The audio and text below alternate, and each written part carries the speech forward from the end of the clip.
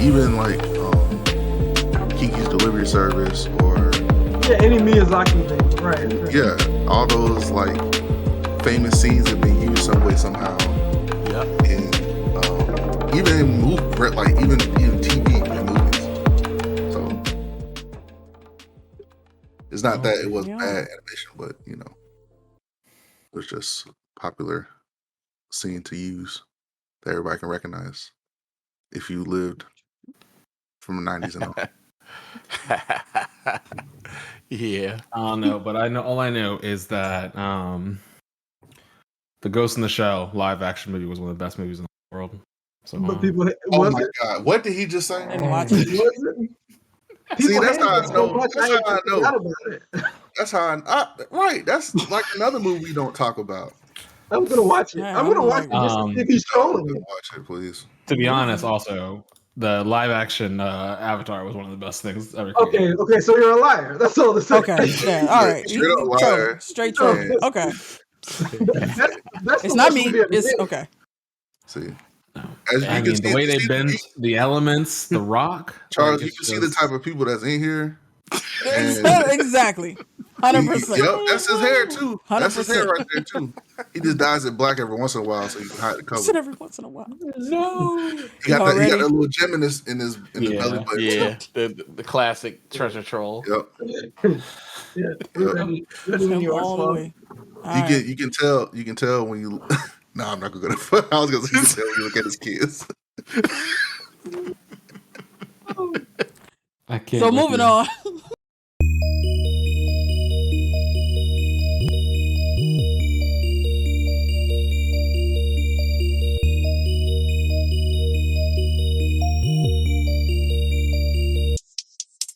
Hey.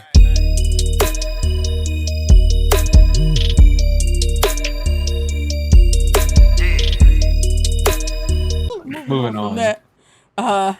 Thank y'all for joining us, and welcome to the podcast. Follow us at Blerd Dimension here on Twitch, on YouTube, and on Instagram. If you haven't already, turn on notifications so you can be the first to know when we got new content for you. I'm Kavan, Negrito Suave. We got JK, Beasternal. My bad. Oh, We got some lag.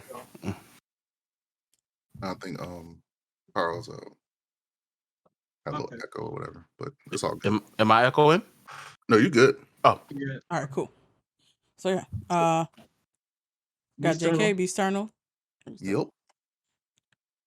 We got Crescent is not here tonight. We got AJ Naslinja. What's going on, everybody?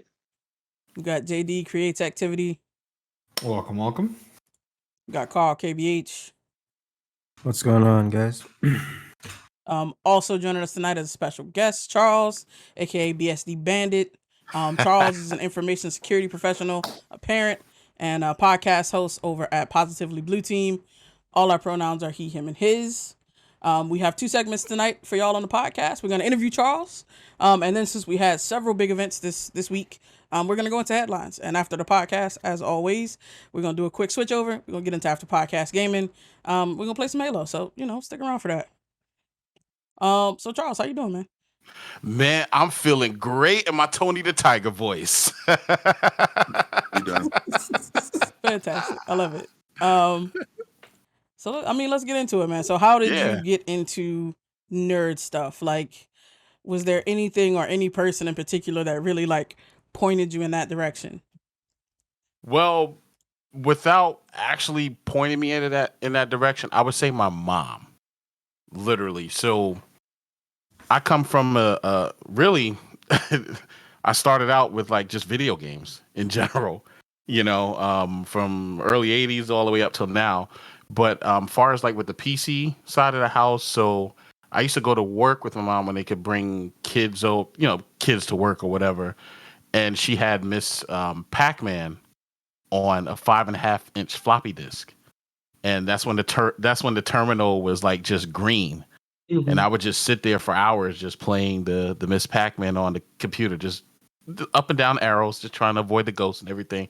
And I would do that every time. And I was literally hooked by just playing that alone. And then that's when I got into the Ataris, the Nintendos, and everything else. And as I grew, so did my video game addiction, pretty much. So I say like the early 90s is when I got into like PC gaming and just PCs in general because of AOL. So that's when I got into the whole like, okay, I had Windows 95 and dial up. And I mean, it just really just took off from there. And by the time I got to like college, that's when I got into like the Unix and the Linux side of the house. So I kind of did it backwards. I was more into Linux and Unix than Windows. So my college computer was an old like Sony Vaio. And it had 10 gigs of RAM and 10 gigs of hard drive space, 128 megs of RAM. That was my college computer. Running free BSD. Talk about fast. Talking about right, man. I'm never gonna run out of space on this thing. Hey, that's had a the TI AMD 84 calculator. That's what that is. Yeah, it had an AMD Duron processor. That's all the power you need. You're never gonna need more than that. But I inputting cards to code and shit. I thought you were gonna say Athlon. You went Duron? No, Duron. That's all that was available at the time. Wasn't the Athlon. You talk about so you gotta realize this is like 99, 2000. It's like 20 years ago. Wasn't no Athlon. Yeah, Athlon. Yeah, Athlon came out in like 01. Yeah, this is 2000. So you missed it by a year. That hurt. Athlon was a beast. But here's the thing. What did I really miss out? The thing that helped me though, and at the time I was dual booting as well too. So I was dual booting Windows 2000 with, and forget previously at the moment, it was actually Mandrake, which they call Mandrivia now. So how I learned about that, how I learned about, I did dual booting. I actually got in trouble at home. So I downloaded Partition Magic over dial-up. So the phone was off the hook all weekend. They was upset. Yeah, the phone company was happy. But yeah, so I got some hot water behind that one. But it was worth it because I got Partition Magic 6 and I was able to run Windows and Linux on the same machine. But here's the crazy part. I said, I was messing around with the system one day and I was just like, you know what? I don't need this fat file system. Let me delete this fat. And when I rebooted, I didn't have Windows anymore. I only had a command line for Mandrake and didn't know anything. And I had another computer. Luckily, I had another computer in the room, which I used to hang out on IRC for like ever. And I still do to this day. And I just started asking little questions. Hey, how do I start up like a GUI? And then, of course, somebody said, hey, learn the command line. Forget the GUI. Learn the command line. But they gave me a reference. Yeah, but they gave me a reference. It was this book for $20 that I found at the local library called Linux Complete. And that's how I learned the command line. And I practiced that every day.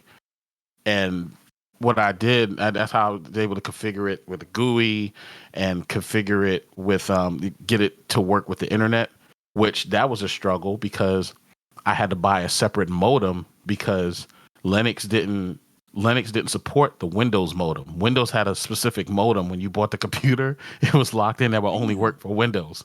So I had to buy a specific modem that only Linux supported.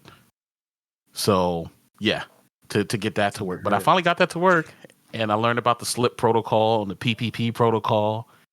And yeah, PPP configuration to configure dial-up. I learned how to set up a web server. I learned how to set up a DNS server, and this is all on that little laptop, by the way. Yeah. For the command line. Durham. So I learned. That's how I learned, and what helped me with Unix. And I'll plug this in. Shout out to Daryl at Northrop Grumman. He made me a better Unix engineer, and I'll tell you why. Because it's like, and you can apply this to this day with Linux or Unix if you're working with either one. Mm-hmm. When you're running into issues with the Linux system or the Unix system, you don't need the internet. The man pages are right there. Read the man page. The man page tells you everything that you need to know for that particular system. Because if you go to Google, yeah, you can Google it, but it may not be the same command line switch that you're working on, so it won't work. But the man page is right there. You could be like, hey, how do I run this command like sed? Okay, there's different versions of sed. It's changed a lot since 78. So, yeah, sed is old, but very powerful still to this day. So is awk. And Perl for that matter. Man pages were something I didn't learn until later in my career even existed. And you just point out two commands I hate because I know nothing about them. Set and awk. I'm like, oh my gosh, the flags. But you know what? Flags. Ow, stop. You gotta look at you know what? Treat set and awk like Robitussin. It may have a bad taste, but it's gonna make you feel better once you get the hang of it. You're right about that. That's debatable. Spot on. That's how I have to treat so that's debatable in that case. So I think Robitussin is a bad, okay, Dynatap. I don't know. No, I think any cough syrup is a bad. We go with Tussin. Let's go with Tussin. Yeah. Don't be a hater. Dynatap tasted like candy in the 90s. Yeah, it did. There you go. I don't know what it is now. They changed it to real actual cough syrup, but it was pretty much sugar and something else. It was great. I was a Triamenic fan personally. There you go. Look at that. That's some damn druggies. But that's what helped. But it helped. But again, and what drove me to really learning and understanding Unix and Linux in general, and I'll say Linux. I would do a man page a day, and you can apply it to this day. Do a man page a day. I challenge you, if you're a Linux person out there right now and you're really struggling and having a hard time with Linux, I challenge you to start with one man page, the LS man page. Just read that whole day. Try all the different command lines that are in that man page and keep practicing it. I guarantee you, I give you 6 months and you're not even looking at that man page for LS because you know all of the commands. You know the LL, you know the L dash, you know the LS-A, you know the LS-L. Yeah, you know all of this stuff. You know, and same thing, and and do just a man page a day because there's 80 basic Unix/Linux commands across the board. Yeah. Woo boy, 80. I know about 10. I think I use daily 4 or 5. Yeah. I know about 10 LSCB. And I may be lying about that 10 too. Sometimes fire, depending on the file structure. And I still use Corn Shell to this day. I still use VI to this VI and Vim. Oh, yeah, I still do. I did not like. Or you might judge me. I use Nano. I tried to learn. Hey, I use Nano, baby. But you got to realize there's nothing wrong. But there's nothing wrong with Nano. Here's the thing. It all depends on. It all depends on what you condition to. So here's the thing. When I was doing Unix engineering, I was stuck with Solaris. Solaris didn't have Bash. And then when you're working with different Unix and you have to make one script work across all those different Unix, all there was Corn Shell for AIX, for and even some Linuxes we had too at the time. That was it. You either wrote Corn Shell. If you want something more advanced, you wrote Perl. But even that was tricky because there was different versions of Perl for Solaris and AIX. So your bread and butter was Corn Shell. I've never had a good experience with AIX in my life. Well, it's like anything else. It's like Linux. If you use Ubuntu or anything else, if you play around with it long enough and you stick with it long enough, you'll know it. The Unixes don't change. It's just the way they do file systems is what's different. Like, for example, and I equate, so everybody's familiar with LVM on here, like LVM file system? Yeah. Logical Volume Manager? Yeah. Yes. Okay. I equate logic, and this is how I learned the Logical Volume Manager. I kid you not. I equated the Logical Volume Manager to a peanut butter jelly sandwich. And what I mean by that is this. So we'll put it this way. The bottom bun is like the hard drive. That's like the hardware level right there. That's the bottom bun.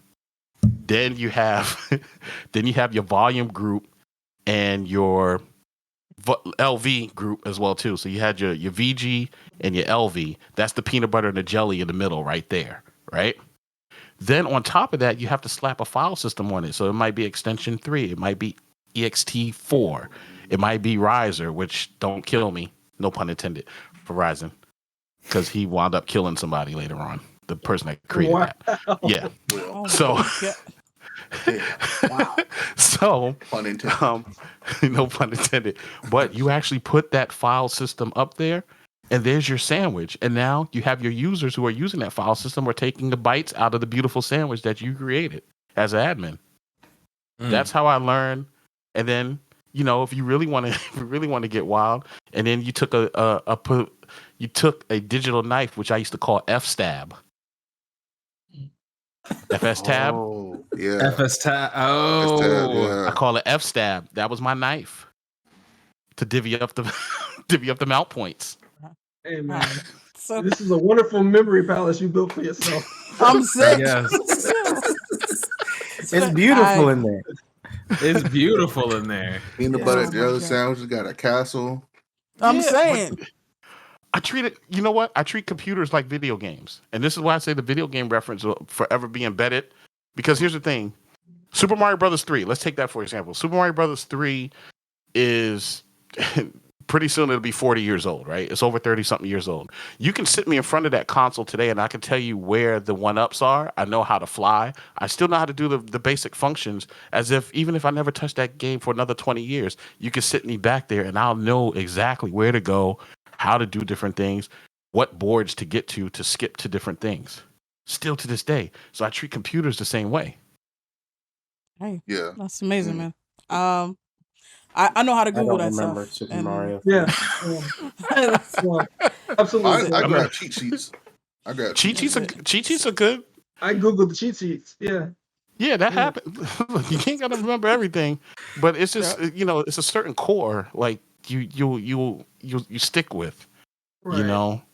and this is where like hacking comes in because here's the thing, with hacking, most folks, and I'm looking at this nowadays, most folks want to just jump right into hacking. They want to jump right into offensive. They want to jump right there, right?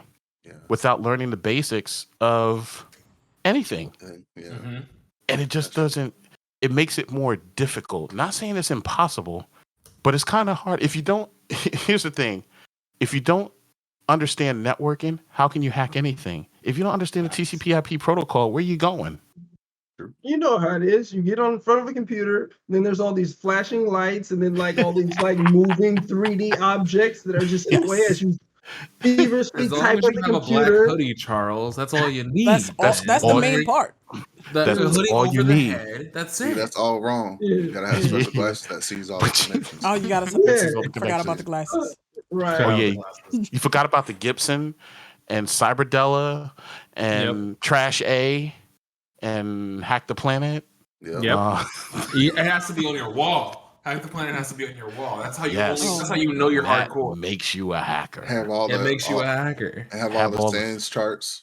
Have all the the SANS charts. Yep, the SANS charts. Yep. Have all the SANS charts posted up. And be like, what's that again? Okay. Y'all lost me at SANS charts. I have no idea what those are. SANS is this overpriced, not overpriced. It's worth it. It's just it's expensive.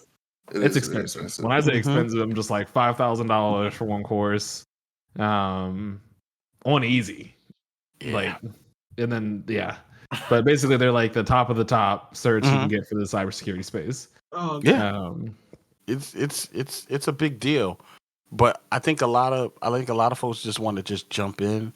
You gotta walk before you can run. So, and I'm not saying it's impossible. Everybody comes from different paths, but if you're going to hack something, like perfect example, if I'm going to hack web applications, right? Let's just stick with web, right? I want to know everything there is to know about web. And here's the thing. If you're a developer, you're a hacker. Mm-hmm. It's just because here's the thing. You understand how the sites work. You understand how the application flows. You understand what HTTP, when it gives you a message back, you understand that message. You understand the 200. That's okay. You understand that 500 is error. You understand the 404. You understand the sorry, Chris Brown, post and delete. You understand these different things. Right? So, I mean, again, but if you spend enough time with anything, you understand the ins and outs of it, then you can manipulate it to make it do things that you want it to do that it wasn't designed to do. It's all mindset. It sounds like you're telling me that I need to do the Mr. Miyagi paint fences and wax on, wax off before I can beat somebody in a fight, and I don't like that. I want to just get in there. Katas, baby, katas. Yes. Okay, let's even bring it up even more modern. Do you think Floyd Mayweather just became 50-0 by accident? Definitely. That's 100% what hard work. It's 100% what years of hard work. That's all it is. Yeah. Like again, like you do a little bit like slow drips. Like for right now, right? I'm teaching myself how to program in Rust. I do a little bit each night. So, and I understand the basic concepts of programming because I've done Perl, I've done Bash scripting, I've done Perl, Python, and a little bit of assembly and Rust. Yeah, assembly is awesome. Well, I would say assembly when it comes to reverse engineering malware. Yeah, is interesting. You want to check out WebAssembly. WebAssembly. You already know what I was thinking about. WebAssembly. Now, I gotta ask. And I'll tell you why. Is that why you're messing with Rust because of WebAssembly? Yes. Because here's the thing. Here's the thing. The reason is I'm able to compile and run Rust in the browser. You're actually running Rust in the browser. You compile it. Yeah, you compile it into a WebAssembly module, and you can run your Rust code in the web browser. Same thing with C# and Golang. Oh gosh. Okay. Yeah. Now what makes that attractive? Do sys. So you could do now. Okay, you got Rust in the browser, so you could do syscalls. You could mount a file system and all that in the browser with that. That's the goal. Bow! Oh my gosh! You see, don't get that here. So I'm trying to string together different technologies to make it do things that it wasn't designed to do. This is why I spend an insane amount of time reading Mozilla's web APIs, Mozilla's APIs for Firefox. Chrome just came out with an update 29, so now I'm kind of back at square one because they've made some changes that I got to go back and look at those APIs again. If you got a GitHub, drop it in the chat, man. Drop it in the Twitch if you got one. Wow. I got one, and it still needs updating. Bad. Man. Yeah. I'm not. With that. So streaming. What channel can I drop it in? You drop it in. I got you. Are you on Twitch right now? Yeah, I'm BsdBandit on Twitch. I can drop it here because I'm the stream. You drop it in Discord. Yeah, I would drop it in Discord. Yeah, just go and drop it in tech. Drop it in tech. Yeah. Oh, in tech Discord. Yeah, definitely. Yeah. We should. Now that I've joined the Discord, like I said, now that I'm part of the Discord, you'll see a lot more stuff from me. Oh yeah. But this is running Rust in the browser. God. Yeah, like a madman. Yeah, but this is.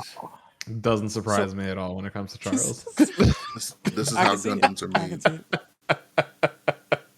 Oh my goodness. That's exactly why I want to learn Rust, is because of WebAssembly.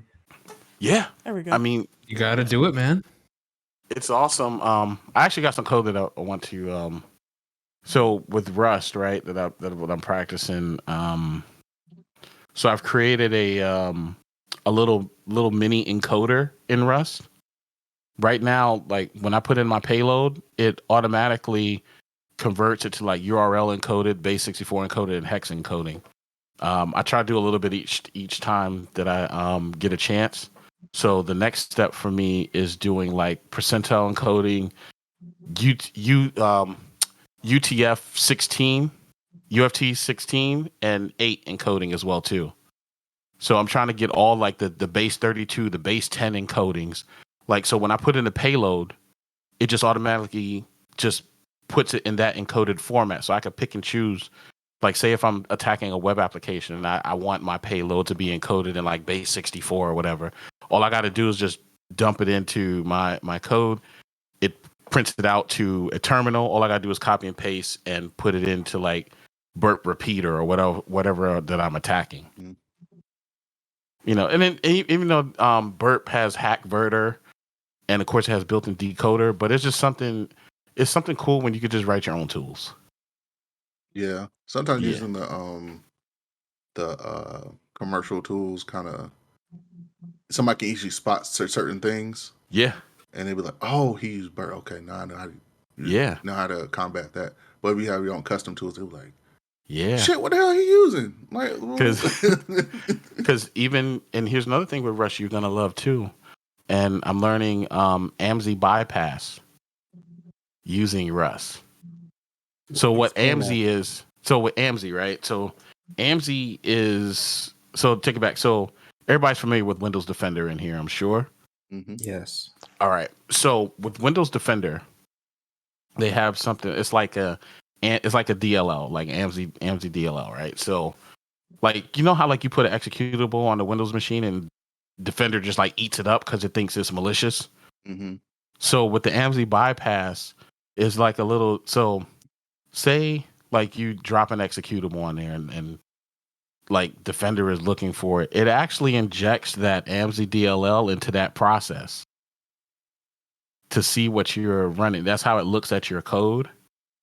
That's how it looks at what you're running on the system. And if it's malicious, then it eats it up. So if you have it's something, actually Defender eats grabbing, it defends it. Defender. Okay. It's actually like removing bytecode from your executable. Is that what it's doing? It's actually removing the executable in general because it sees something like say right now if I go grab a copy of Mimikatz and I try to put it on the Windows 10, Windows Defender will delete it. Okay. Because it thinks it's malicious. Now, some people, what they've done in the past, they've renamed Mimikatz like dogs or changed like when recompiling the code, they removed every instance where it says Mimikatz and then recompiled it into something different to be able to bypass like AMSI or even AV or EDRs at the time. But then, of course, as time goes on, things get a little bit smarter. So now attackers have changed their language. Instead of using offensive PowerShell, they've moved over to C#.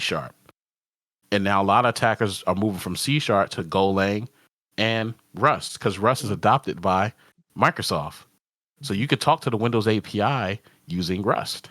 Golang is my current beast that I'm trying to master.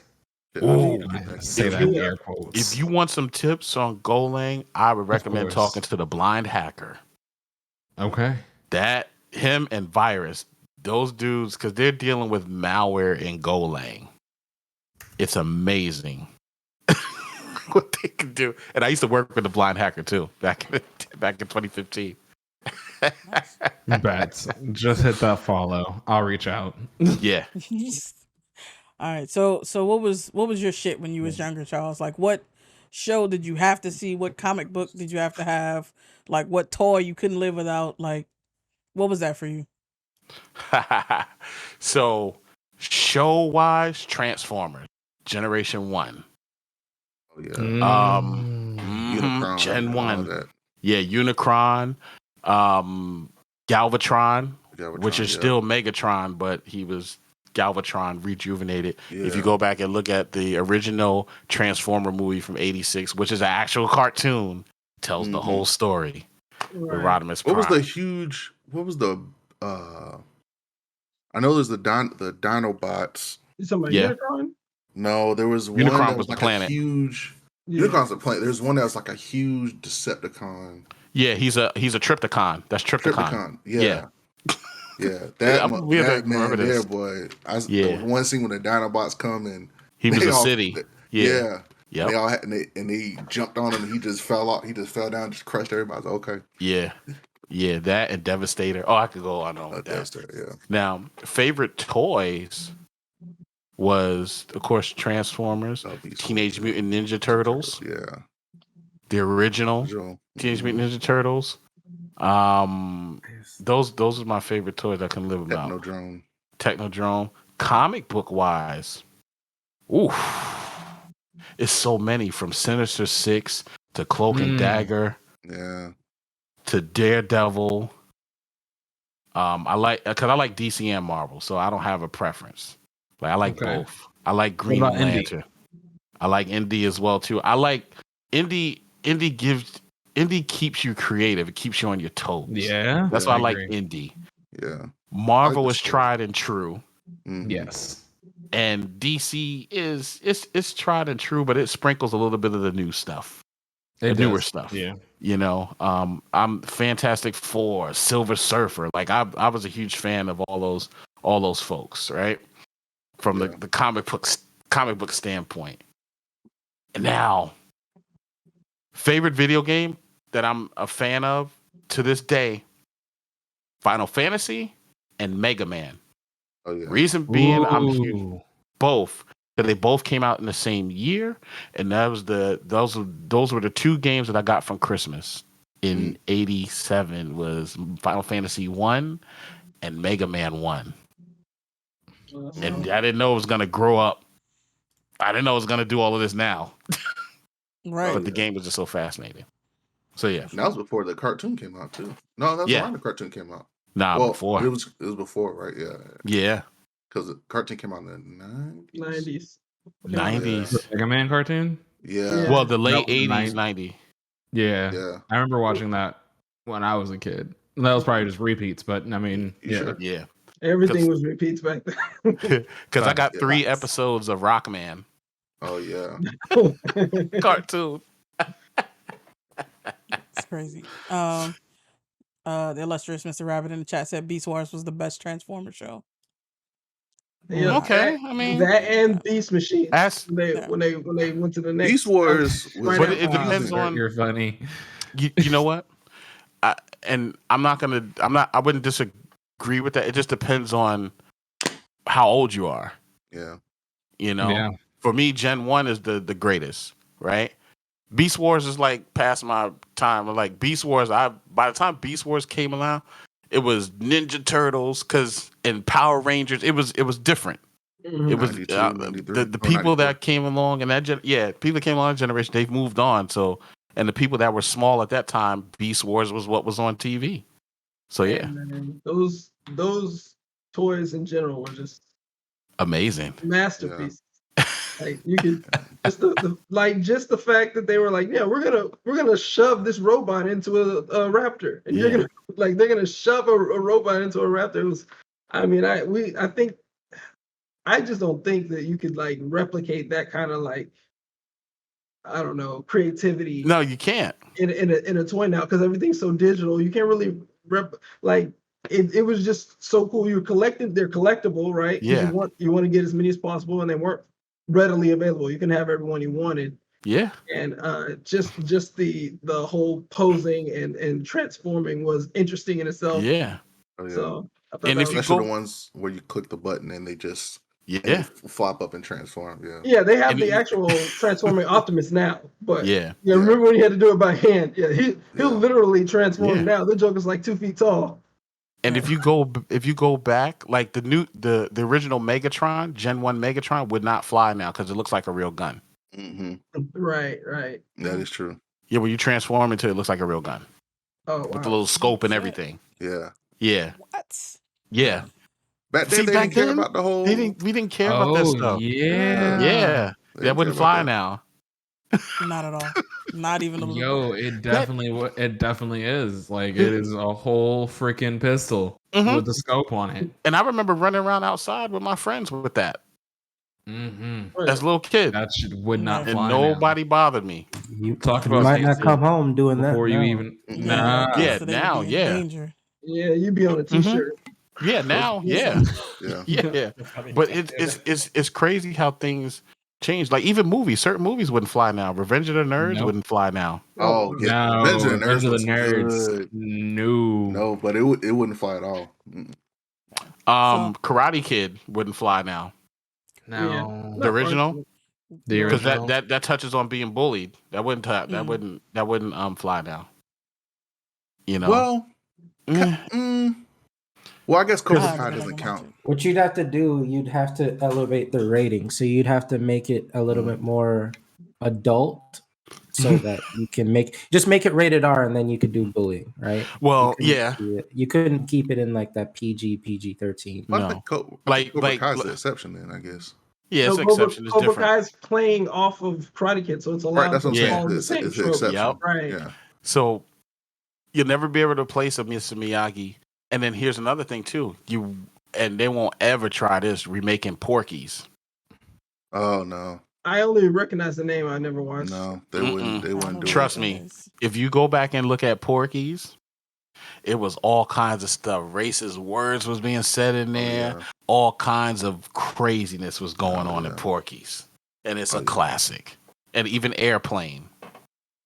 Oh, Airplane definitely when you fly. Airplane Caddyshack too. Yeah. Yeah. So, like I said, it's just different times, but it's.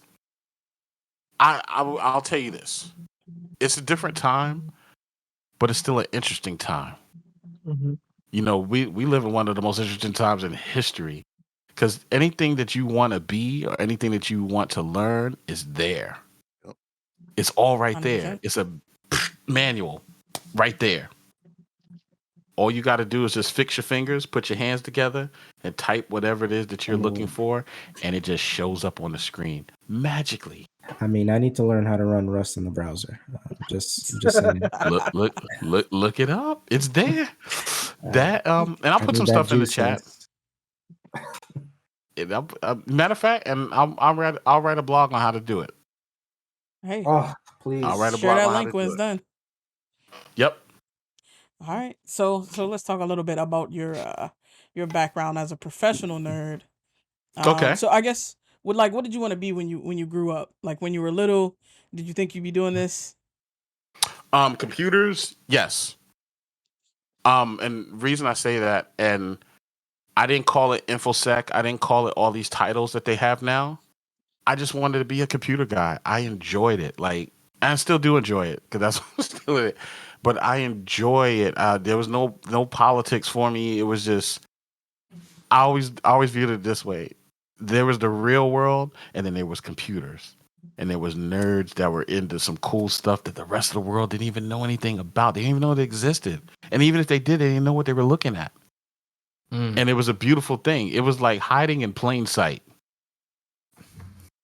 I mean, modern day wizardry, if you ask me. Yeah. I loved it. I mean, and again, it can still be fun if you take away all of the extra, if you take away the extra brain power, the thought process that trolls have. Had to put that out there again, that the trolls have, right? When they're thinking about different things, they just, say different things or whatever. You have the trolls and everything else and fact checkers and everything else. If you take away all of that and just have fun with the technology and create things, all of that stuff is negated.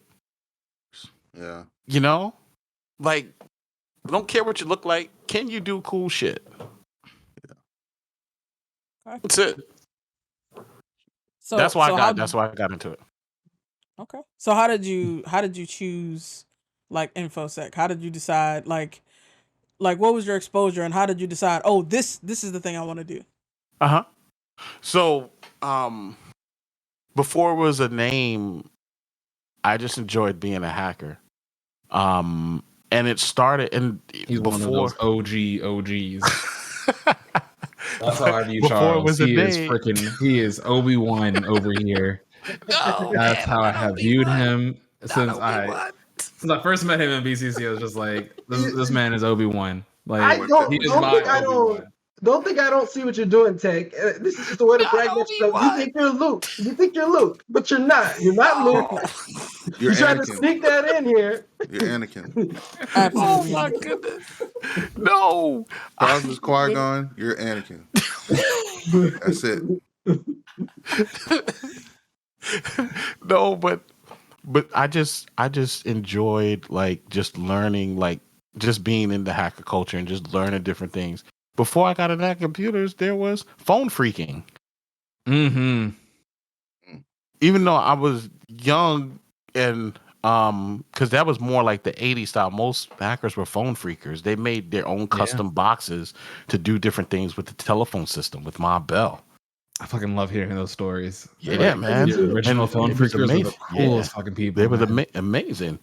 Why should I pay for a phone call? Like, so fucking. And that's what, and they just learned different things about the phone system. They shared it amongst once another, and that's like when I got into it, and I got into computers, like just hacking in general, because it wasn't called InfoSec. It was just nothing. It was just, hey, you were into hacking, you got into like the IRCs, and you shared information, and then you learned different things. Like, hey, you can't really call yourself a hacker if you don't know how to program. Well, let me show you how. And people would help you, and vice versa. And that's kind of how that kind of like what today is called like InfoSec. How did I get into it? That was the road that started it. There were no certifications. I wasn't rushing to try to get no certifications. I just wanted to learn how to do it. That's it. And as time went on, when they say, "Oh, certified ethical hacker," and all these movies, and Live Free and Die Hard, and all like the Swordfish. Swordfish. Matrix. Like all of that stuff. When that stuff started happening, like I was just in a different space. Even like with college, like I said, I had a Linux computer, and then I eventually moved to BSD. But in order for my college professors to be able to read, because I used to use AbbeyWord to write my term papers. But I used to write, and this is where Set and Alt came in, and GhostScript. I used to use that to convert my AbbeyWord over to Microsoft Word 2000. So when the professor got it, he was able to read everything, and there was no issue with the encoding. But if I didn't know how to program that, how could I do it? Right. Dang, So that's crazy. Yeah, because I wanted to keep using the operating system that bad. I didn't want to have to conform to Windows at that time. So so that's how that led to that. And then of course, you course, using Windows now? No, this is Ubuntu. No. Okay, just making sure. Yeah, this is Ubuntu, and this making sure.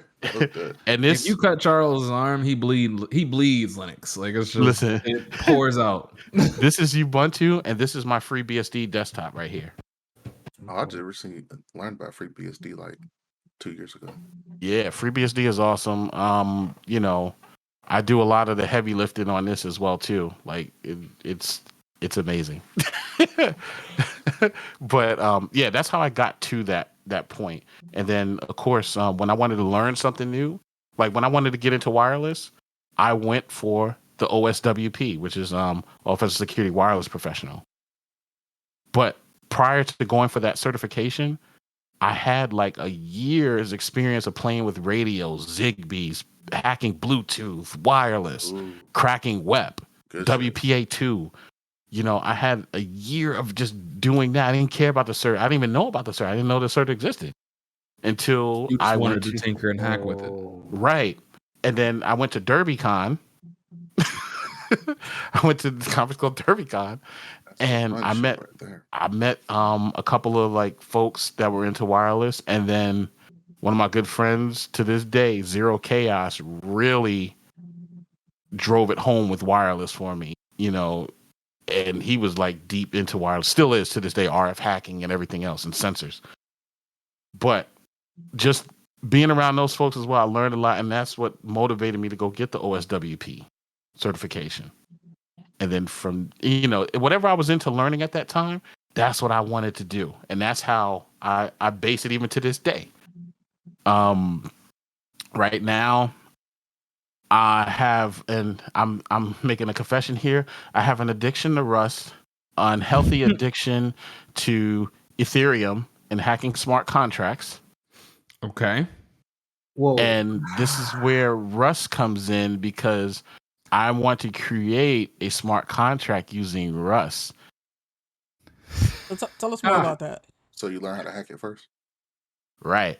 So with and shout out to Daft Hack and Wild West Hackerfest and Black Hill Security, because that's what got me. And if you can look at, and I'll put it in the chat, the YouTube. Black Hill Security. Black Hill Security, along with I forget their names. One of the just CoinTech podcast for working with. Oh, not CoinTech. No, you talking about Black Hill Security and Red Siege? not Red Siege. Dave Kennedy's company. Trusted Sec. Trusted Sex. Yeah. Trusted Sec and Black Hill. Always companies I've always dreamed of. At least like working with, or like I don't just cool, being around those cool guys. Folks, those man. are cool. Yes. Cool folks. I feel like I've seen them at like Black Hat or yeah, they've been to Black Hat. Yeah, definitely. DerbyCon, Dave ran that. Yep, Dave ran DerbyCon. Yeah.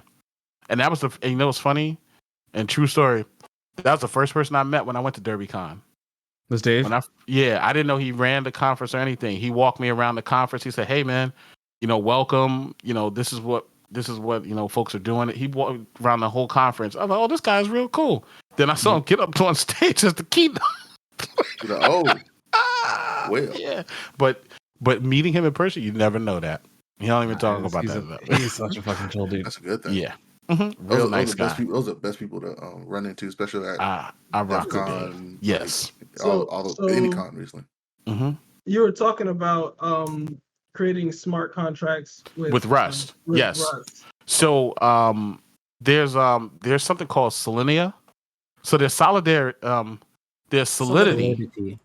Solidity is it looks like a mixture of like JavaScript when you write code in it. And I use this thing called Remix IDE to play around with that. So I'm still teaching myself that. Now where Rust comes in, I was looking at Solidia because that's based off of Rust, where you can write smart contracts in Rust using Selenia. Mm-hmm. So that's what got me. And why would you write a smart contract in Rust specifically? Just cause. Just cause. One, just to be able to do it, and two, I know it will help me understand smart contracts that much on a deeper level. Oh, okay. So this is just preparation for learning, about like the vulnerabilities of a smart contract. Yeah, of a smart contract, and it's different. And I learned too, there's different layers when it comes to this whole blockchain technology. You got your layer 1, which is the hardware wallet. You got your layer 2. You got your you have your smart contract. That's one of the layers. So it's different layers to this. Some people focus on smart contracts. I've met a couple of people that just focus on hardware wallets. They're hacking hardware wallets, crypto wallets. That's their goal. Like it's just like a new toy. You ever get that new toy on Christmas and you want to learn every feature of it? You play with it every day, all day, any time of the day that you get a chance. You even get upset when your parents call you for dinner because you still want to play with that new toy. Facts. Yep. Yes. That's how. Yeah. That's how I feel. Is it like the this. FIDO keys that they're trying to hack, or is it different? I think it's a combination of that and something else as well too. I'm not deep on that level just yet. Like I said, this is a brand new toy, brand spanking new. Like I probably give it. I look at this stuff like 3 hours a day. I give it 3 hours a day of my attention, just researching and practice Solidity right now. And of course, my healthy addiction to Rust and learning different things and downloading research papers as well too. If I think of something, I'll go grab a research paper. I'll go grab a white paper. I go look at RFCs. I still look at RFCs to this day because that gives you the bare bones of how a protocol is designed to work. Mm-hmm. So I just learned recently last night and I spent like hours researching it. Like with NFTs, I was sitting in the NFT room and then I started Googling it and its underlining protocol is the PAC protocol. Okay. Which I wanted to learn so much more about it. I was like, okay, let me see if they have a white paper. They have a white paper on the PAC protocol and they have an RFC for it. Can I get that white paper? Yeah. I'll put all this stuff in the chat. Like I said, I've joined this chat. I'll be putting a lot of stuff in here because there's a lot of stuff that I discover along the way, and I'll post links to stuff that people might be interested in. Nice. I pretty much live on put it this way, I live on the internet. I just come out into the real world for air. Air is overrated, to be honest. Air is overrated. Get some plants to get that in your house. Yeah. Right? That's true too. Yeah. Put swabs on it. He has that big plant in the back. That's all his air. It's I fake. think that's fake. Oh, it's oxygen. It's fake. That's it, my little. Oh, he gets little, fake oxygen. You get fake oxygen. Yeah. I got my dumpster fire. That works. Oh, That need to be a lot bigger. So a lot bigger. Jesus. I even have one with the COVID mask too. So this is in 2020.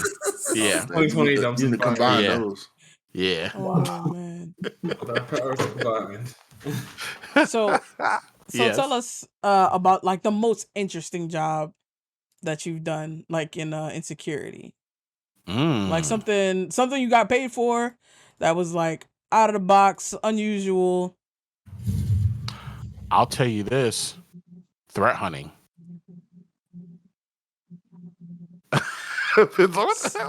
Threat hunting, yes. And the reason why it was interesting was this, because everybody's focused on hacking and offensive security and everything else, but I truly believe to be good at security or anything, you need to see the whole picture, not just one thing. What threat hunting did for me, it opened my eyes to the entire picture. Mm-hmm. When I was just focused on the offensive only, and that's all I cared about, I only saw that tunnel. That's it. I didn't see all the different pathways around me.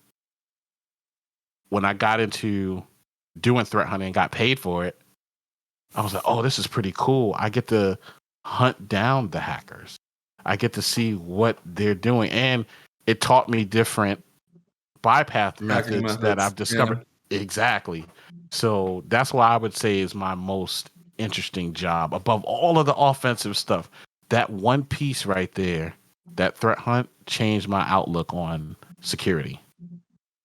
Oh shit. Okay. If you were to like a cyber bounty hunter. So pretty much. Yeah. Pretty much. So you guys Go ahead, so if you were to for anyone who it's like somebody say you're starting, oh, that sounds cool. Mm-hmm. Where do I start? Like, what would you tell somebody to start with? How to start? First and foremost, I would ask them, okay, if they wanted to know if threat hunting was cool in general, how would they start? Well, if they if they know the basics, say like they kind of like you, like they learn Linux or Unix, know the basics, and they're like, oh, there's some a little bit of cybersecurity. I'm like, oh, this is cool. I'm only doing offensive, but then they hit, threat hunting, what's that? Oh, okay. So if they did that, threat hunting is what's that? It's like, okay, cool. First of all, if somebody came up to me and asked me that, I would sit down with them and explain it to them, the basics of it, right? Then I would recommend, like, here's specific sites that I even use to this day, and here's specific books I would recommend. And if I don't read the book anymore, I'll give them the book to help them get started. So all it takes is just an inch. He has given me many books over the years that have been very beneficial to my career. Well, you're gonna have to drop them in the tech part. You just have to make a security part. You might want to do a brown bag. Yeah, I mean, I'm all over for that, man. I mean, because here's the thing, like, information is made to be shared. You know, you can't hoard it. You can't take it with you if you die. You can't. Very true. That's true. What you hold on to it for? I was told heaven has Wi-Fi, so I personally believe I should be able to get back to my net drive completely. I'll tell you one thing. You'll make it there first. I'm joking. I'm kidding. Look, I'll tell you one thing. One way or another, we're all gonna find out. You're right.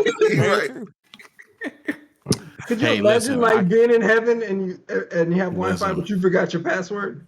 Oh, and everybody else is like, no, that's hell. Using their devices that's being in hell. Listen, you have excellent Wi-Fi. You got a great computer. You can't remember your password. Just can't remember your password, and it's like if you put it in wrong one more time. And there's a forgot the password button, but the security question is something you completely forgot, or only one, or somebody else knows. But one more thing I would point out too, as well, and everybody in this industry, mental health. Mental health. Mental health, man. If your mentals are messed up, it hurts everything else. I would definitely point that out too. So if you're going through something, you're having a bad day, like, you know, check out therapy, even talk to a friend, somebody. Don't sit and suffer in silence. I will say that. Because it's a lot of people in tech And you've seen it, just look at Twitter. Go and look at Twitter and you see a lot of people in tech. They may say certain things, but if you look through the words, they're suffering. Oh yeah. If you look through the words, like I kind of look at, so I treat words like an application, right? So I look at it this way. An error message is just a window to an application's soul. So when you're testing an application or anything and you get an error message, it really tells you what's going on behind the scenes. You can have all the pretty bells and whistles and GUI you want, but you see that error message like, man, it looks beautiful right here, but this is still not, something's wrong on the back end. It's not working. Yeah. The database is messed up, something. Same thing with folks, same thing with people's words. When they say certain things online or whatnot, and you look, oh my God, I can't believe they said that. Look through the words. Look what's going on. The picture's being painted already. You just got to look at it. You get that 405 error message. Yeah, you get that. No, forget 405, 500. 500. You just 500. It's just, yeah. Yeah, you that's just it. Yeah, exception. It's not even a handle anymore. It's just exception of error message that you probably never even seen before. Oh, yeah. Yeah. But, so if it's, because like I said, this industry can wear you out. But what you do, you take time. Fucking time. Yeah, you take time away. Take time to do something different. Take time to take a walk.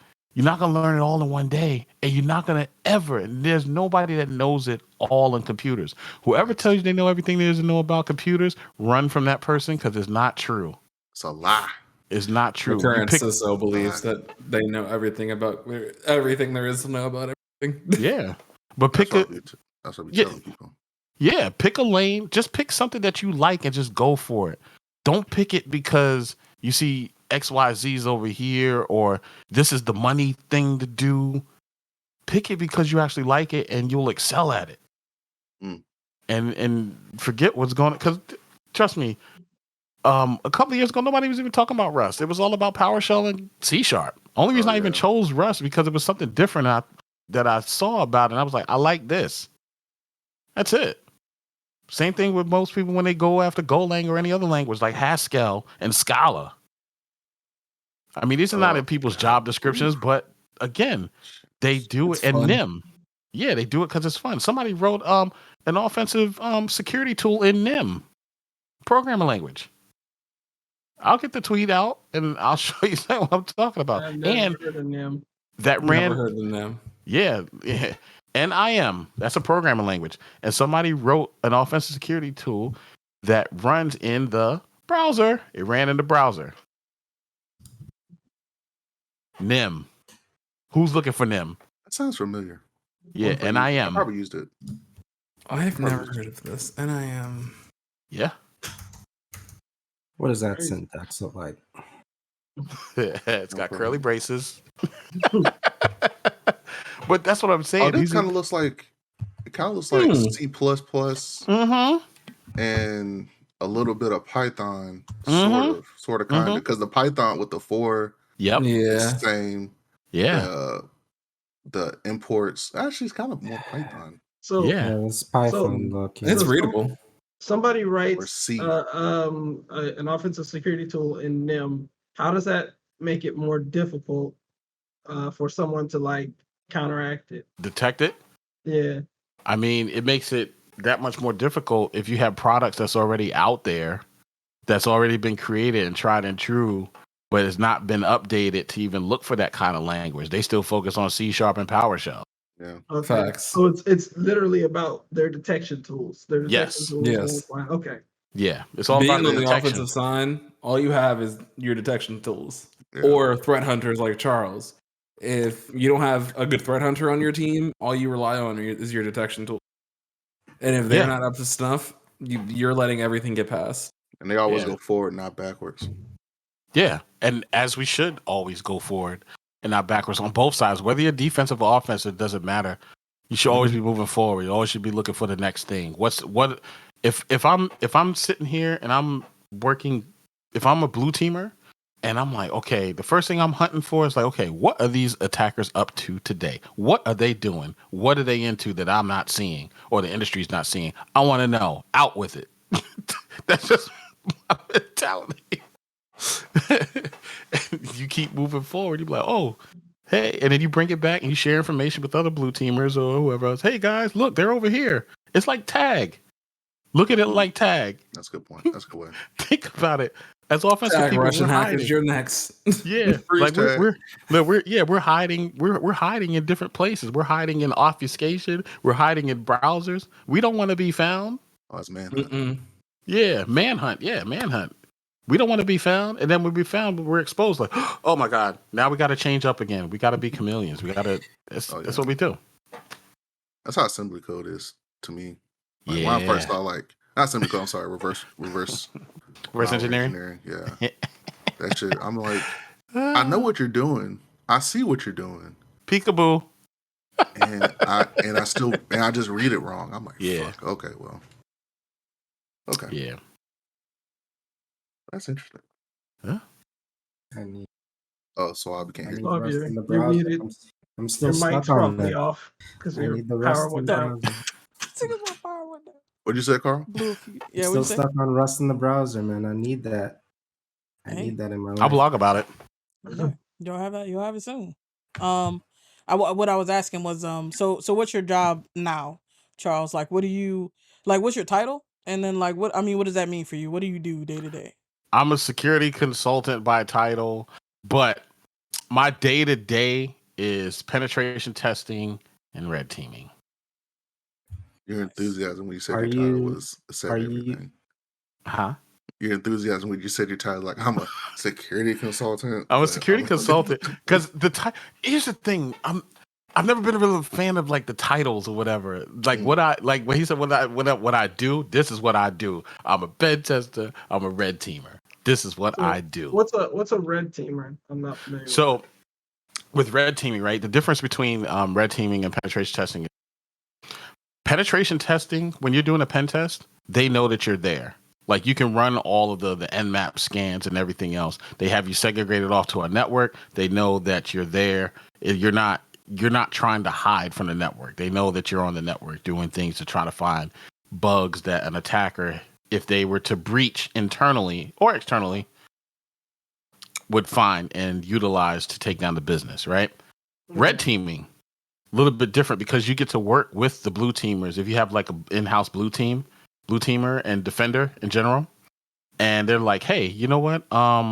We're going to drop you into, let's see if you can fish us and see if you can, gain access that way through a Red fish. versus blue. Right. So if you can gain access through a fish, then that's awesome. And then you can kind of, you report back to that because it's all an exercise. It's a red team exercise. So once you report back like, hey, this amount of users, we were able to fish successfully. And, now we've gained access to one of the Windows desktops that's built into an Active Directory environment, right? And then we start seeing if we can do privilege escalation or we can move laterally through the network. That's the next thing. See what we can do. Now that we're in, let's see what we can do. Now, there's been scenarios where phishing was not successful. And then, of course, we work with the blue team like, hey, listen, we spent the day doing a fish. And of course, it wasn't successful. Nobody really clicked on the link that we put out there or whatever else.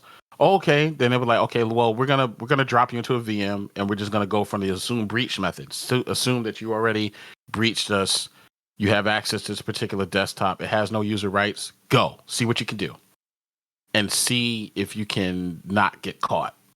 So the defenders are actually looking. So if you try to run PowerShell, like, oh, we got you right there. Yeah, you ran this particular command. Or, see if you can bypass AV and, elevate privileges. So you're more stealthy in the red team side of that. Right. Sounds like digital capture the flag, which is cool. Yeah. Yeah, it's fun. But the thing is, too, to remember, when you're doing a pen test or you're doing a red team exercise, it's all about the data. It's not even about admin or root because you can get that. It's all about what data can you extract from the company that could be detrimental to that business. Right. Okay. If you can get data, if you can get some PII data, boom, awesome. Oh, yeah. That's the biggest thing right there. Yeah, biggest thing. What can you get from the database? Can you get financials? Yeah, if you can get financial information, can you get HR information? You know, like just different things. Health can records. You get emails? Health is a big one. Health information security is a huge market because a lot of people had, like, there was a hack a couple months ago on the healthcare one of the healthcare systems. Can't remember what I can't even think of it right now. Yeah, I can't think of it right now, but yeah, you know, it's almost. I would say red team, blue team is almost like the same level as a debugger for somebody who's developing, so to speak. Yeah, it's no different, but it's fun, you know, and you learn. The cool part is you learn something new every day. That's what I love about what I do. I learn something new every day. It's like a brand new toy every day. That's dope. Yeah. I have great interest but little time. Charles Suave is one of those guys who I genuinely believe would be fantastic on the blue team side. He's a dev now, but I tell him all the time. I was just like, he has the mindset to be in the blue team side, and I think he'd be fantastic at threat hunting. You know what? We're gonna put that energy out there right now. Congratulations on becoming a threat hunter. That's right, Suave. Positive energy. Congrats. We're gonna put that out there right now. Here's to him becoming a threat hunter. Let's go. So do you work for a company or are you self-employed? Self-employed, Global Wave Consulting. And what caused you to go the self-employed route versus being an employee? Well, what did that was the fact that when I was working at Northrop Grumman, at the time, and me and my business partner, we just wanted to do something like different. We was tired of the same like old like regimen. He was an SAP guy, I was a Unix guy. So we're like, you know what? We can do this. SAP. Wow. Yeah, SAP, which still runs everything to this day, whether you shop at Walmart or whatever else, credit card transactions, that's all run by SAP. Sports arenas, SAP. Tacos for the sub with the prime. Yeah. So that's how we formed together. We formed the LLC, and then the money that we were getting paid from work, we put it together. When it was a conference that would come up, we took trips. I've stayed in some Econo lodges. I stayed, to save a buck because we didn't have the money like that because we didn't want to do a business. Mm-hmm. So we own Global Wave outright.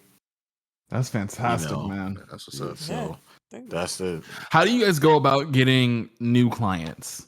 New clients? I know in security, like at least for me personally, it's like it's a hard thing tracking down those new clients. You meeting people with ransomware, and then tell them to hire you to fix it.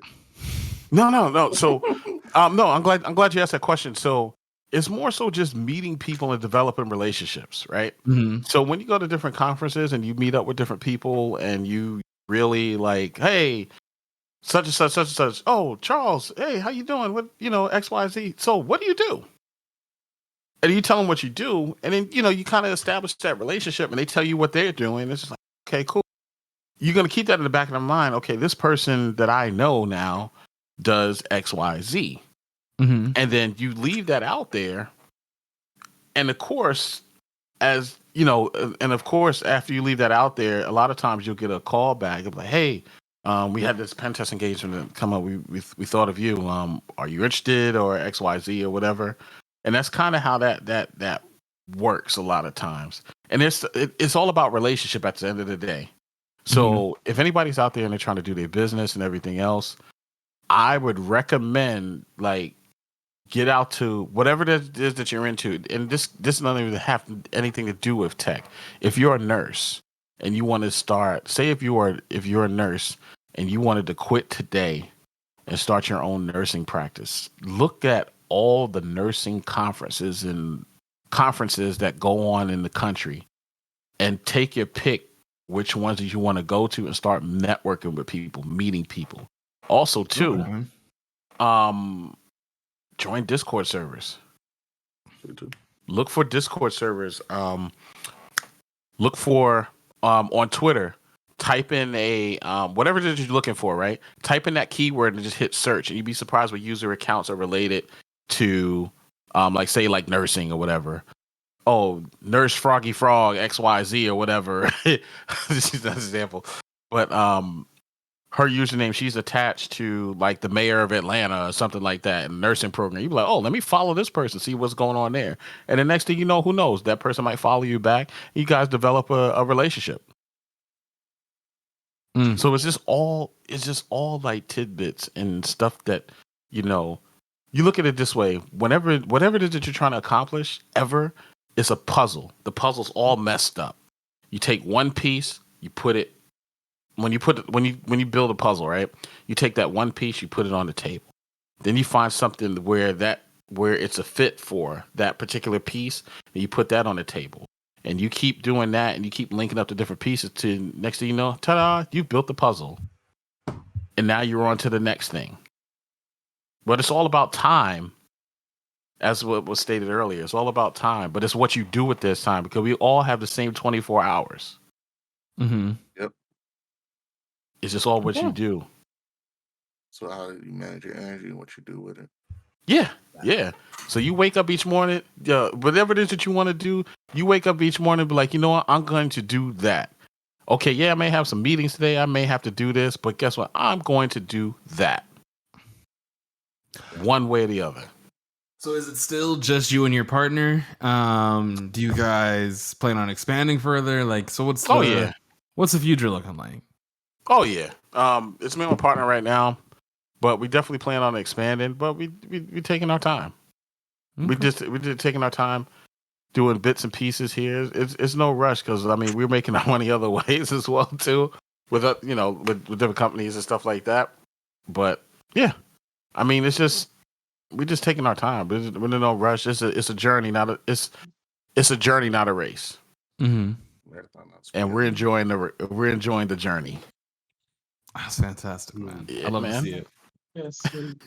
Y'all got anything else for Charles? As professional nerd. I mean, professional nerd. I don't think I said this before, but rust in the browser. I don't think I mentioned. I don't think you mentioned that. That's the first time I'm hearing it tonight. First time I'm hearing it tonight. Oh, we're gonna get into it. Yeah. I'm gonna make sure that's gonna be. See, you just gave me something to do too. Definitely gonna make sure I'm gonna blog about it, and I'm gonna put the blog in the chat. Sweet. On the steps how to do it. Yeah, because a lot more. There's a lot more stuff that's needed like that.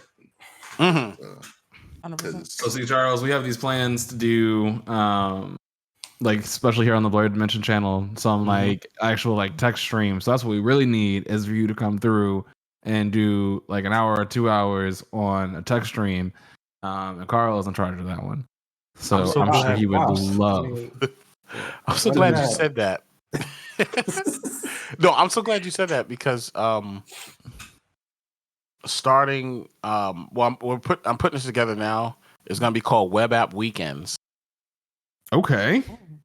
So what Web App Weekends will consist of every weekend, and I'll put the date out, like whether it's a Saturday or Sunday, I'll put it out there like during the course of the week, where we actually sit down and we go through web attacks.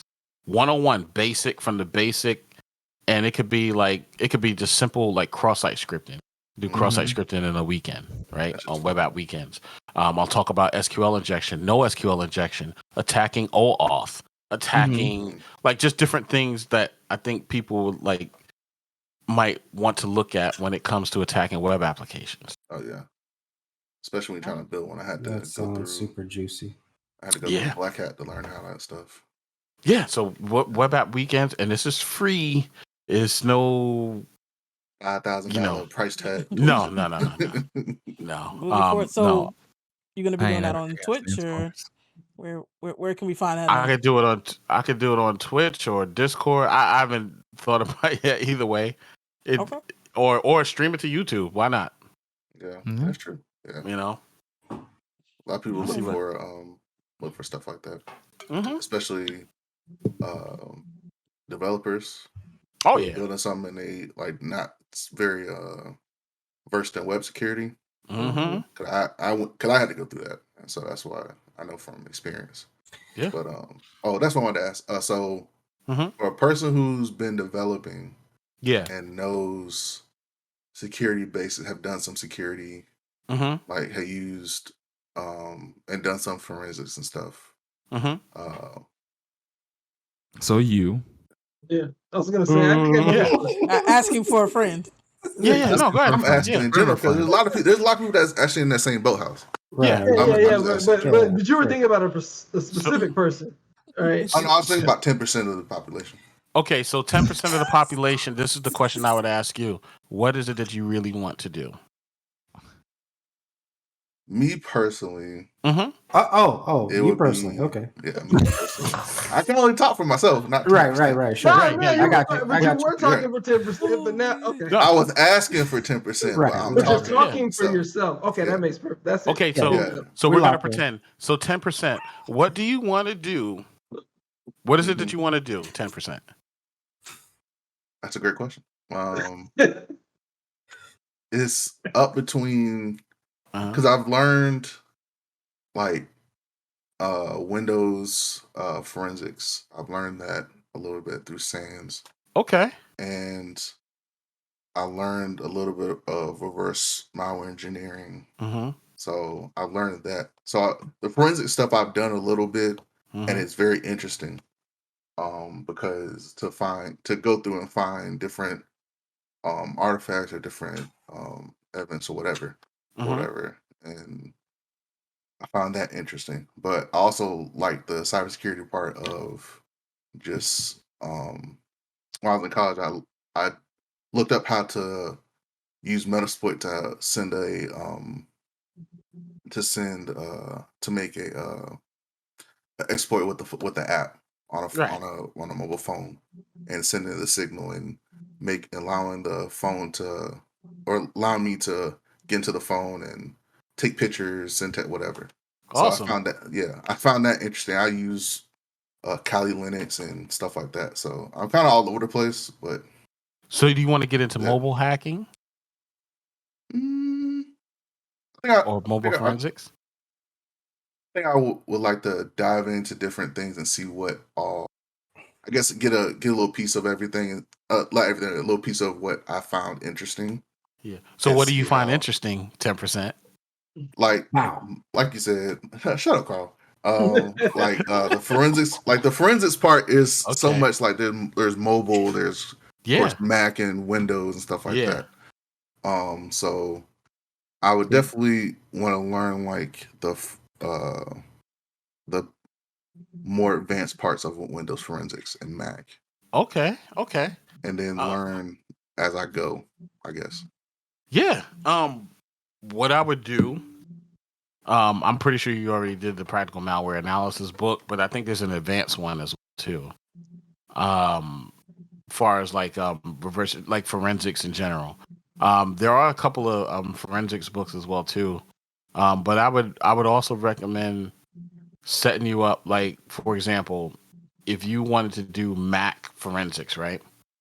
Get you a Mac in general and just use it only for forensics. Like come up with different scenarios. Like say, I know this may sound crazy. So if I was doing like, hey, if I'm interested in forensics, right?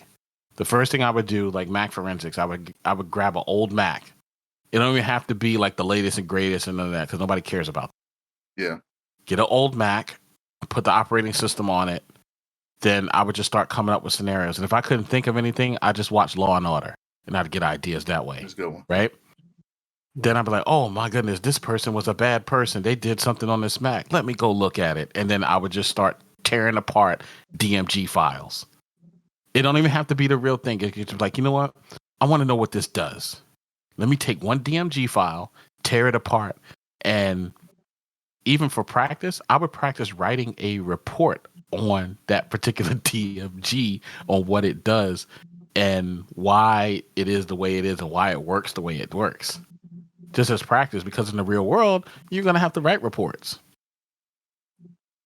So that's how I would do it, you know, and learn a little bit each day. Hey, I learned this part of the Mac today, so tomorrow, matter of fact, I'll break it down. I want to know more about what Finder does in the background. I want to know why does the icon bounce up and down when something's getting downloaded. I want to know how that works on a Mac. Hey, what's going on in the background when the beach ball is running? What DMGs are being called? What applications are being called? Wait a minute. Why is Windows directory services running on a Mac? I want to know what that does. Because that really does run in the background. Weird I even remember that. But yeah, that really does run in the background. Why does that do that? The question is always why. Yeah, that's true. Yeah. That's true. Okay. I have to take a look at all the other stuff and see. I have a little question right here. Yeah. Similar to JK, let's just say hypothetically, there's an individual, a group of individuals that has 10%. a startup. Yeah, 10% of the population, I'm sure, is doing this. As a startup, may or may not be in financial services. When would be the appropriate time in like software development for this thing to bring in somebody like yourself? It is financial services, so it's, security is critical.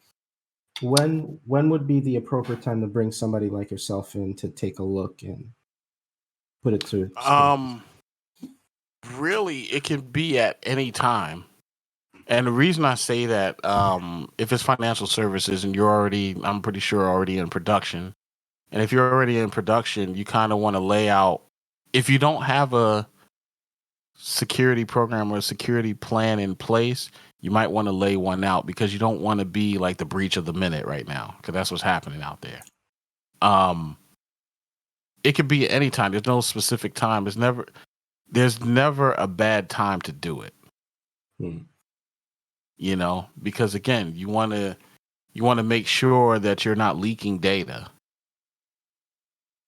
That's the most important thing, because you want your customers, you always want your clients or your customers to feel safe when they're working with your platform from a client's perspective. So there's no time like the present. That's what I would say. I gotta save my pennies. Yes. Do you have any blogs on projects that you would recommend people to do to learn different aspects of security or anything like that, or just suggestions? I know you kind of gave some a little bit, but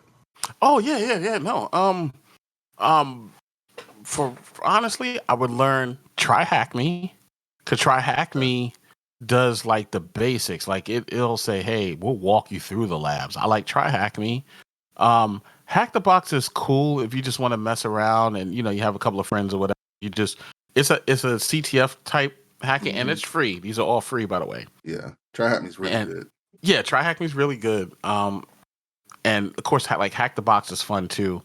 I would also recommend just I would look at, if you want to get into like hacking web applications, Portswigger.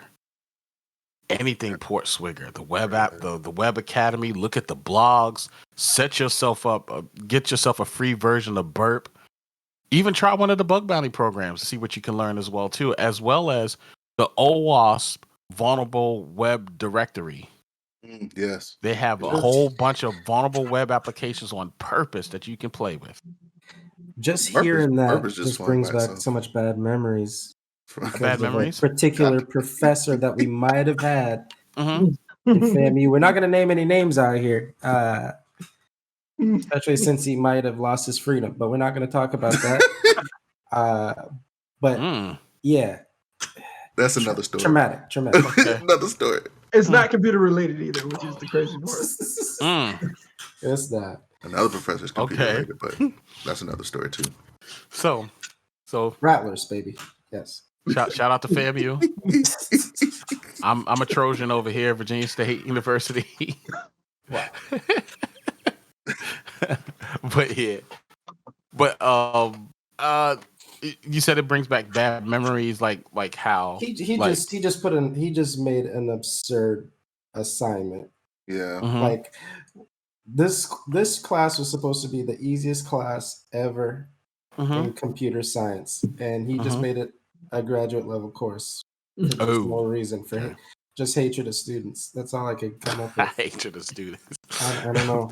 But I would, you know what? You take that, right? Like how you just described that. You take that, so the next person that comes up to you is like, "Hey, how do I do this? 101. Let me show you the basics. Let me show you a different way."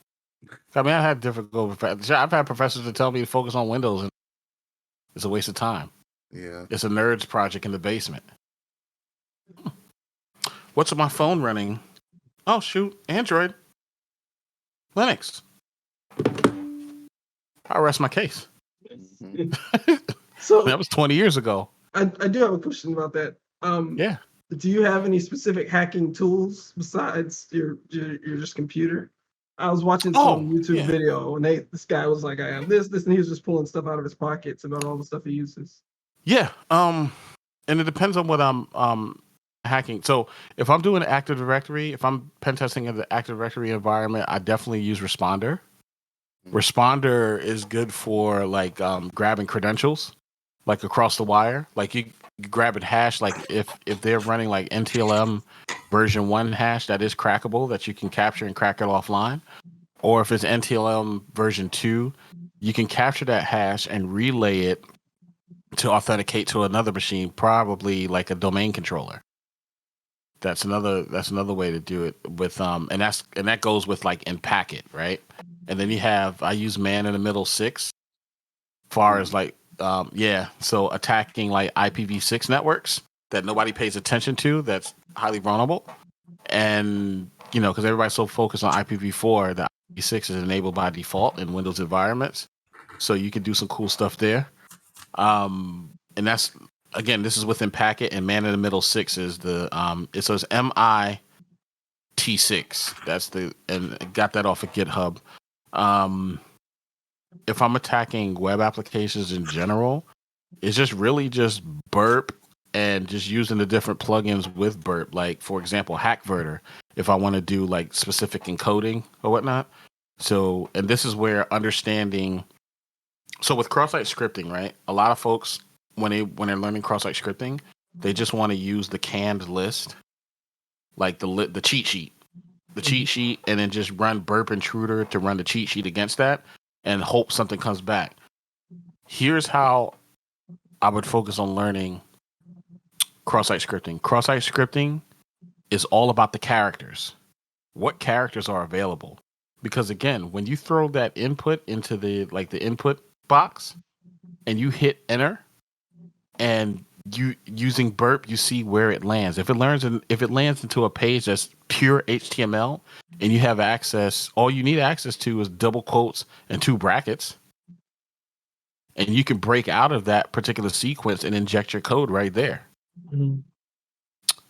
If it's JSON, you just need a single quote and maybe an escape sequence, and you can inject your code into a JSON page. There's even cross-site scripting for Cascade style pages. There's cross-site scripting for Angular frameworks. So it's just all about what characters are available that are not encoded. And if they're not encoded, then that's ball game. But even if they're encoded, you can do something like, hey, let me double encode this and see what happens. And a lot of times the application will strip the first version of encoding that you have and run the rest. So it's all about like characters. Okay. So that's the tool I would use, a web app. Wireless is more so about the antennas that you're using. So I use mostly like alpha cards and TP link cards, excuse me. TP link cards version 1.0, which are very hard to find, but those radios were like $14, but very highly effective and very great at packet injection. So when you want to do wireless packet injection, those would be the cards that I would recommend. Why is it good at it? Why? What is it doing that makes it better than other cards? Because other cards don't have the ability to do packet injection because of the version number. They took a lot of that functionality out. What company is TP Link? TP-Link is all. They make wireless routers and they make wireless USB cards. Yeah, but it's not an American company. No. No, it's not. A Chinese company. Right. I mean, version 1.0 lets you do a lot of stuff. Go ahead and make them Amazon purchases. I have because I buy them in bulk, so I probably have 16 of those cards. So I keep me a roll. Yep. It's my little wireless stash. You stay strapped. Got strapped. So yeah, this is what the TP-Link looks like. The wireless card right there, that's version 1.0. And you just take that off, plug it into the USB, and hook my antenna up to it, and done. And I just start scanning the networks for a specific, say, if I'm doing any type of injection. And a lot of times when I'm doing wireless hacking, several different antennas. If I'm attacking Bluetooth, I use an Ubertooth. Yeah. Which Ubertooths are awesome. Ubertooths are interesting pieces. This is my little Ubertooth right here. Mm-hmm. I also have a yardstick when I want to attack sensors, like Bluetooth, like car sensors. Yeah. There you go. See one of the bad boys at DEF CON. I was like, ooh. Mm-hmm. And if I just want to get rogue and act stupid on the network and just a fake hotspot, here we go. So Raspberry Pi wireless. Completely hypothetical situation. This doesn't apply to anyone. Let's say one had a Santa Fe and they didn't re-up on their Blue Link. Is there a way to get that remote start working? Possibly. Asking. I would look at the internet for that. So there's someone with the Santa Fe, a hypothetical Santa Fe car. Whoa! I didn't say nothing about a Santa Fe. You get real specific out here. No, I heard absolutely.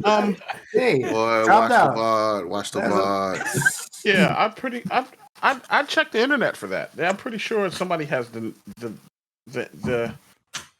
info down to the wire for that.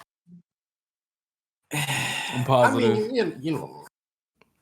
You can do it, Carl. Let's see what these people are talking about. This very generic situation. Yeah, hypothetical situation. It's hypothetical. So I mean, it's hypothetical. But if hypothetically, if I was actually looking for that, hypothetically, I'd spend 3 or 4 hours just Googling just that word alone, and even look for file types of PDFs,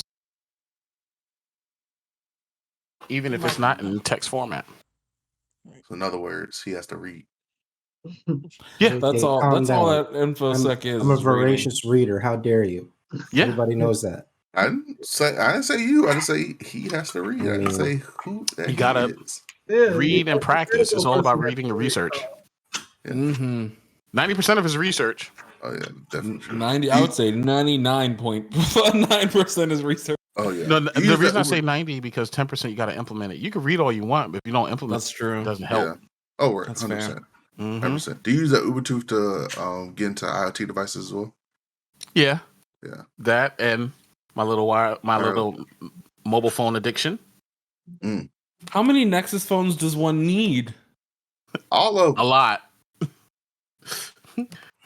And this is actually a Note 10 Plus. Yeah, with my little Hack the Planet symbol. See, these are phones all rooted, by the way. That's my Nexus 6P. That was my first guess. Yeah. Oh man, I wanted that phone so bad. This is the iPhone SE. SE. Yeah, that's jailbroken. And this is hacked as well too. BlackBerry. Yep. Old school. Yep. Yes, sir. And then I have my security company. So then I have my Note 20 Ultra. And I'm waiting on the Pixel 6. Oh yeah, that's section. You're also among that group that ordered right away. Yeah. I was not able to order right away because of my wife. Now I have to wait till mid-December for it to show up. Damn. I'm sorry. Tell us how you really feel. But I mean, it's her to her face. It's good. You know what? But it's good to wait if you want to know about the functionality. See, me, I don't care about the functionality. If it breaks, it's like, oh, okay, cool. I'll be all right. If it doesn't work, if a feature doesn't work, I don't care. 'Cause I'm an early adopter. That's the risk you take. Yeah. Just like we took their early adoption risk for PlayStations and Xboxes over here. I think my Scorpio finally died, so I went got another one. Yeah, it just died one day. Didn't come back. I was an early adopter. Yes, fun. Carl. It's all right, sir. Carl It can't. depends. Sadness. I'm not an early adopter for everything, but it just depends on what you're interested in. Like I said, when people were buying a PlayStation 5, I bought a Neo Geo. Where did you find a Neo Geo? There was a lot of lust. You know what's for amazing? Neo Geo back in the day for me. Here's what I did. So with the Neo Geo, right? I looked online. I was looking online crazy, and I saw. And this was late at night. Neo Geo. What's a Neo Geo? Get out of here. What is it? What? Did you say what is it? Can I grab it? Can I grab yes. this? Hold Go on, ahead, I go gotta ahead. grab He this. doesn't know what a Neo Geo is. That's where all the Oh my SNK God. fighters come from. They don't come like I wanted one so bad. the fighters. You got to remember who we're talking to Absolutely now. did. I've never seen this before. Oh my gosh. Yeah, I remember who we're talking to now. Get out of here right now. That's not nice. Hank This is is like the Neo 12. Geo. Can you vote? That's dope. Yes, I can Neo vote. Geo.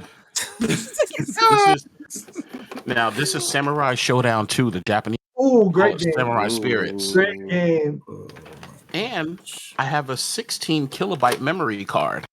Oh shit. Whole I kilobyte. got all the memory in the world. Don't spend that all at one place. Like, This is what the memory cards were. Now, mind you, and I'll tell you a quick story about Neo Geo. So Neo Geo, and this is the joystick, by the way. Oh wow. So it's literally because they're arcade cartridges. They're arcade carts. Right. So the thing is with the Neo Geo was this. In 1990, it cost $649. That system alone. Yeah, I didn't get one either Exactly as a why I kid. didn't go. Yeah. I looked at them in magazines with lust in my eyes, knowing it would never happen. Oh no, my parents. Yeah. Listen, my parents told me straight up. I don't care if you bring A++. I'm not spending $600 for a video game system. Not like today's children. Oh no.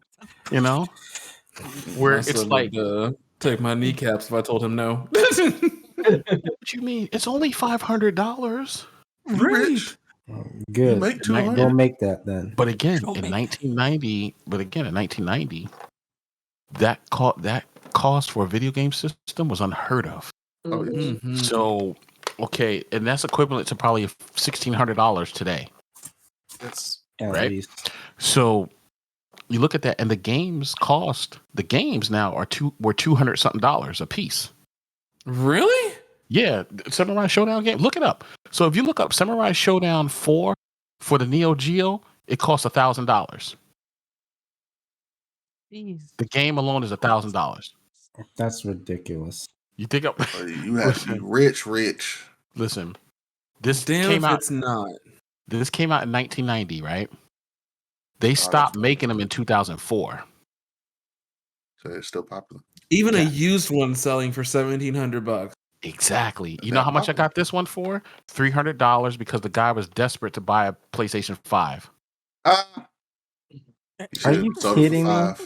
So he wants to set cash on fire for a PS5. Set cash on fire. He needed. And he doesn't even have Game Pass.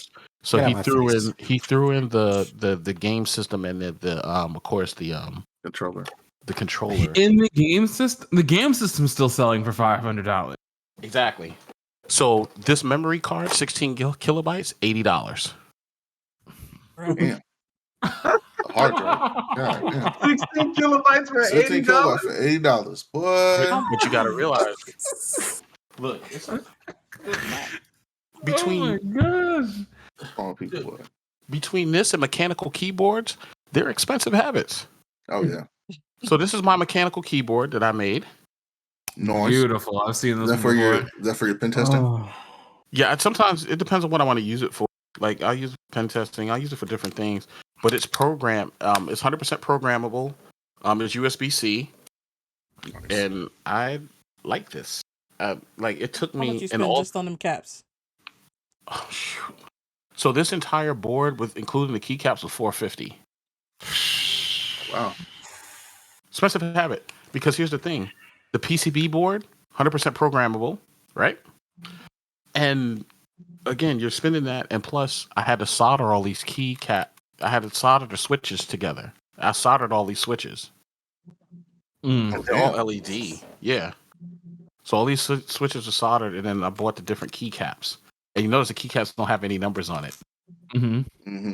So for me, it works for me because people's like, "How the hell are you typing on that thing?" I said, "Well, for me, I'm typing so long that each key feels different to me. So I could close my eyes and touch the letter L, and I know that's because it feels different. It feels like an L key, no matter what keyboard that I touch. Because I have that. Like I said, healthy addictions, my friend. Another custom keyboard. Nice. Whoa. Dang, that's juicy. And you made it yourself?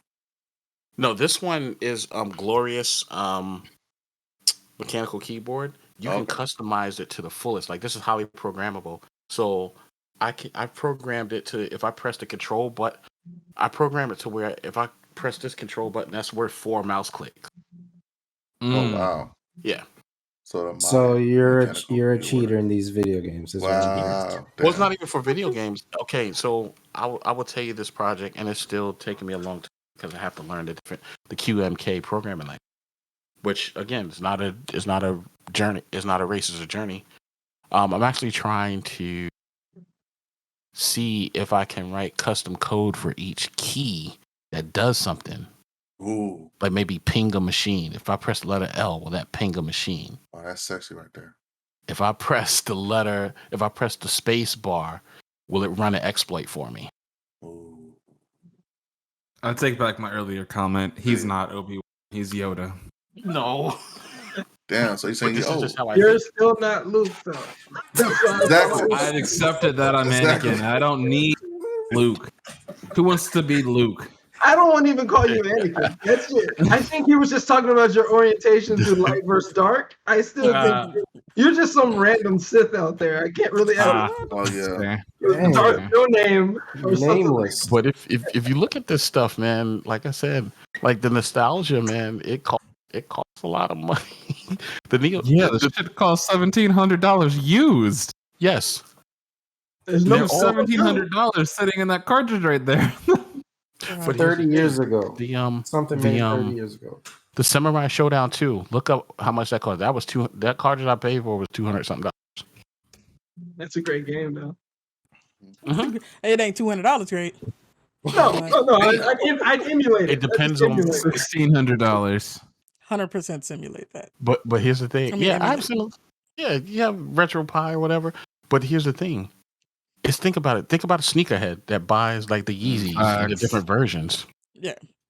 I mean, my foot's not worth $1,500. My foot's priceless. Yeah. The hell? Everything. But again, it's all what you like and what you spend your time and stuff on, like with the nostalgia. Yeah, I could easily kept this stuff in a box or whatever. Now the other systems that I showed you, no, I couldn't because those were open like 30 years ago. Right. It's just that I had to rebuy the cartridges. So yeah, because I was a kid when I opened it. There was no way I was future sight. Yeah, like my God. Thanks, Mom and Dad. I'm gonna hold on to this and keep it in the box for the next 30 years. But really, if it's worth $1,600, right? And you 30 years divide 1,600 by 30, you didn't really make that much money. But you gotta realize something too. I was a 5-year-old with this. Still looks new. That's because I've cleaned it off. Trust me. Yeah. When I was 5 years old, I was gonna make that comment earlier. I was just like, those look so clean. Yeah, because it took me some time. But if you look in the ends, it's worn. Yeah. Done. But the cartridges are new because I bought this off of eBay. But this system alone is almost 40 years old. 1983, it came out. Tech isn't made like that anymore.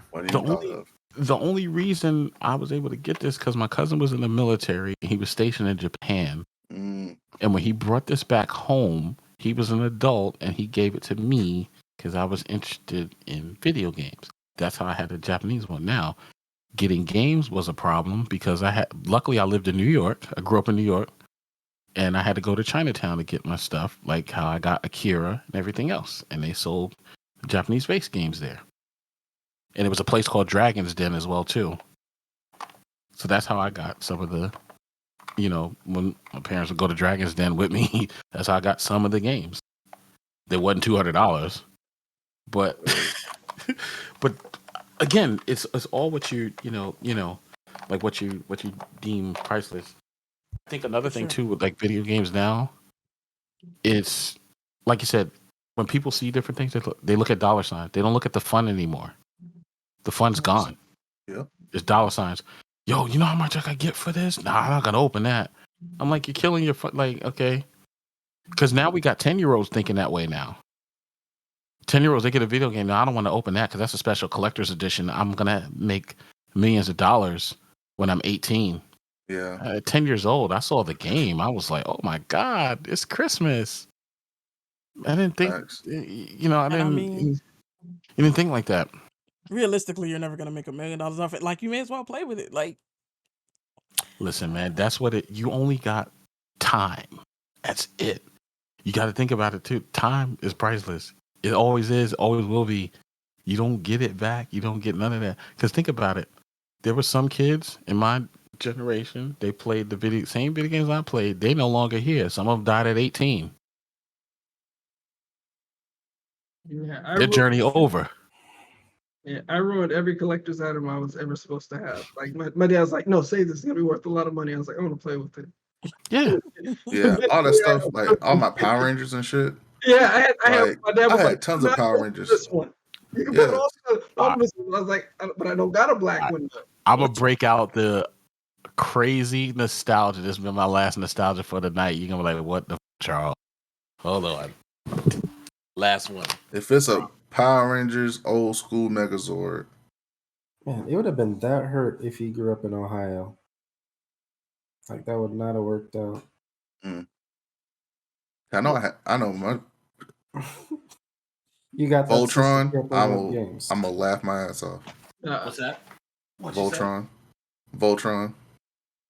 Yes, I had that same one. I had it too. I dreamt of owning it. This is This is the original cast iron one, people. Yeah. 1984. Oh, yes. 1984. My grandma bought one. God. Must be nice to have had toys. That's right. It's probably still in my little toy box I had. But again, will I ever get rid of this? No. Don't the arms shoot the Yeah, they do. They come off. I'm careful because this is 84. Oh yeah. I know mine had the red and green lions. Their heads would like you push the button. There you go. Yep, that's it. Yep. Original 1984. Yeah, 1980s toys. They're choking hazards. Yes, but I keep it put up because I have a daughter. Oh yeah, she's probably like, "Oh, Dad, you brought it down." My son would not be able to ignore playing with that. It's a reason why he stays up in the closet. Mm-hmm. He never comes out. He'll never come out. But no, Charles, yes, sir. Maurice asked, do the games still run 20 years later? Yes, they do. I posted some pics on Twitter as well too. For games that I played on like Sega Saturn and stuff. Cause I still have the original Sega Saturn console as well too, and Nintendo as well too, and Neo Geo. Virtual Fighter. Mm-hmm. Yeah, Virtual Fighter. That was the game on Sega Saturn. What was that bug? I have Virtual Fighter. What was that bug game? It was bugs, or not? I can't remember. I remember Knights. I don't remember bugs. It was like a green bug. You ran around almost like. Almost like a. Of course, game. he has it. I can't remember. Knights, Time Cop. You can do that when you're rich. Yeah, I remember Time Cop. I don't know. You still got your Dreamcast? Yeah. AJ? I took that thing apart. I told you I take them all apart. God damn it, man! Why would you do that? Yes, old school Sega Genesis. This was yes, decades sir. ago. I took this thing apart in like yes, sir. 2004. So, version 1. Yes, sir. And you see this game here. Yes, sir. Madden 93. Yes, sir. They had a Madden 93? Yes. Yeah, they had a John Madden first, and that was the first Madden game in 1991. Mm-hmm. And then they started doing the years after that. So they had Madden. Things then they had before you were born. That's crazy. Then they had Madden 92, 93, 94, 95, and they kept going and still going. Yeah. Until it became 2K. Fascinating. I remember I had the Sega CD. They've been copying and pasting the same code. I had the Sega CD attachment. I used to play. Yeah, the Sega CD. This fits on the bottom. The Sega CD fits on the bottom. Yep. I used to play Joe Montana football, Batman and Robin. Yeah, sports talk. Tomcat Alley. Rage. I used to play Streets of Rage 2 on there. I think that's Streets of Rage, yeah. Yeah, I have Streets of Rage over there somewhere. Again, like when I see the games, if I think of a game, I try to like see if it's on eBay for cheap, and I'll go grab it. So nice. It's just. Oh, JK, you said did I still have the Dreamcast, or you say I still have the Sega Saturn? Dreamcast. Oh, you got Power Stone. I still got the Dreamcast. I thought you said Sega Saturn. Hey, you know you could hack the Dreamcast, right? I know it has a modem. I don't know how you hack it though. So I used to run NetBSD on the Dreamcast. Mm-hmm. In college, if you look it up, they probably still have it. How to run NetBSD on the Sega Dreamcast. Because that CD-ROM can read anything. It can read a Windows CD as well too. Oh wow! Mm-hmm. That's crazy. I didn't to think about. Like what? So I used to do games and compress the games down and put them on like a CD. Like I had Crazy Taxi and different like games, and I would compress it down to the Dreamcast. Legacy of back in the day. Soul Reaver. Yeah. Oh, Soul Reaver was my shit. That was my shit. Yeah. That game was hard, but it was fun. Soul Calibur and Soul Calibur, yeah. Yeah. Sonic. Crazy. That's when all the Sonic games came on Dreamcast, and this is the only way you can play it. Yeah. I got the little. I still got the memory cards with the little child things, the little whatever those chaos things, whatever they're called. I don't know. Chaos Emeralds. You could do some cool stuff with the memory cards too back in the day. Mm-hmm. Yeah. Even the TI-83 calculator, you could put that on the internet. You was able to Google it. I guarantee you, TI-83. There was a link. The TI-83 on the internet. I guarantee you. Put that down to Google it. In high school, we would link our calculators together. I forgot what game we were playing. And I remember we would play against each other. So I'm assuming it's through that port that you would probably get it on the internet, because it had a little network port thing, like a proprietary TI port. Because people were playing Doom on the calculator. Yeah, I remember that. Hold up. Yeah, I mean it's here we go. Hack a day.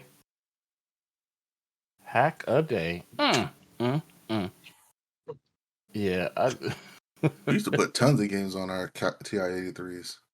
True, that's all I had in college, man, was the TI-83, man. That was Camp Quest. What I had Snake. Or the Snake on the you know, and an 89. There you go. That's in tech. I put it in tech. All right, so yeah. So what kind of stuff are you up to today? Like what's right now? Like what's your shit? What show, anime do you have to watch? What what toys do you have to have? Okay, so anime today. I'm a premium subscriber to Crunchyroll, supporting it. I watch a little bit of everything, from One Piece to One Punch Man, to Black Clover. Yes. May it rest in peace. Take that. Yeah. I still go back and watch it. Make 2 movies to finish it on. Yeah. Of course, I'm old Akira head. I mean, it's of course My Hero Academia, Firefighters. So I mean, it just depends. So I'm just a huge fan of the whole culture. I enjoy it. If somebody got recommendations, I'll definitely check it out as too. So that's my shit for anime. Have you watched Demon Slayer yet? Yes, I have. Okay. Yes, I have. And Yeah. reincarnated as a slime. Yes, you need that. I'm a huge Cowboy Bebop fan as well too. Oh, that's just Okay. What is your impressions of the live remake coming out? The live action. Am I happy about it? No, because I just want somebody to just do something new. But at the same time, I respect it because I think they're gonna do a good job because they know the anime crowd is unforgiving. Yes. So I think they're gonna do a good job. Am I happy that they're doing it? No, but if they're gonna do it, like, okay, let's go ahead and get this done, so we can either boo you to death or just, praise you. Yeah. Listen, as long as it's half as good as Ghost in the Shell live action, I'll be half happy. as good. You know what? Come on now. Be a fourth good, still be better. I'm gonna watch it now. I know he's trolling. I gotta watch it. Of course he's trolling. Yeah. You haven't actually seen Ghost in the Shell? Can you bring out his live true action form? Real quick, Charles, can you bring out his true form for me? No, but yeah, so that, and then like the stuff that I'm into right now is all about like learning about like smart contracts and Rust. That's where I'm at with it. That's my candy of the day.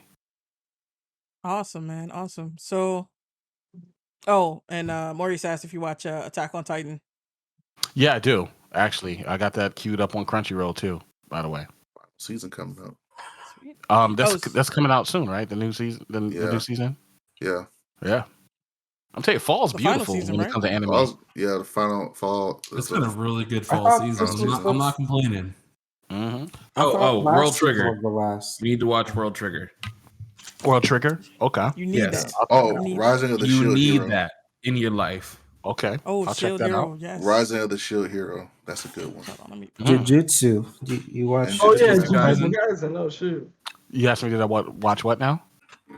Jujutsu Kaisen.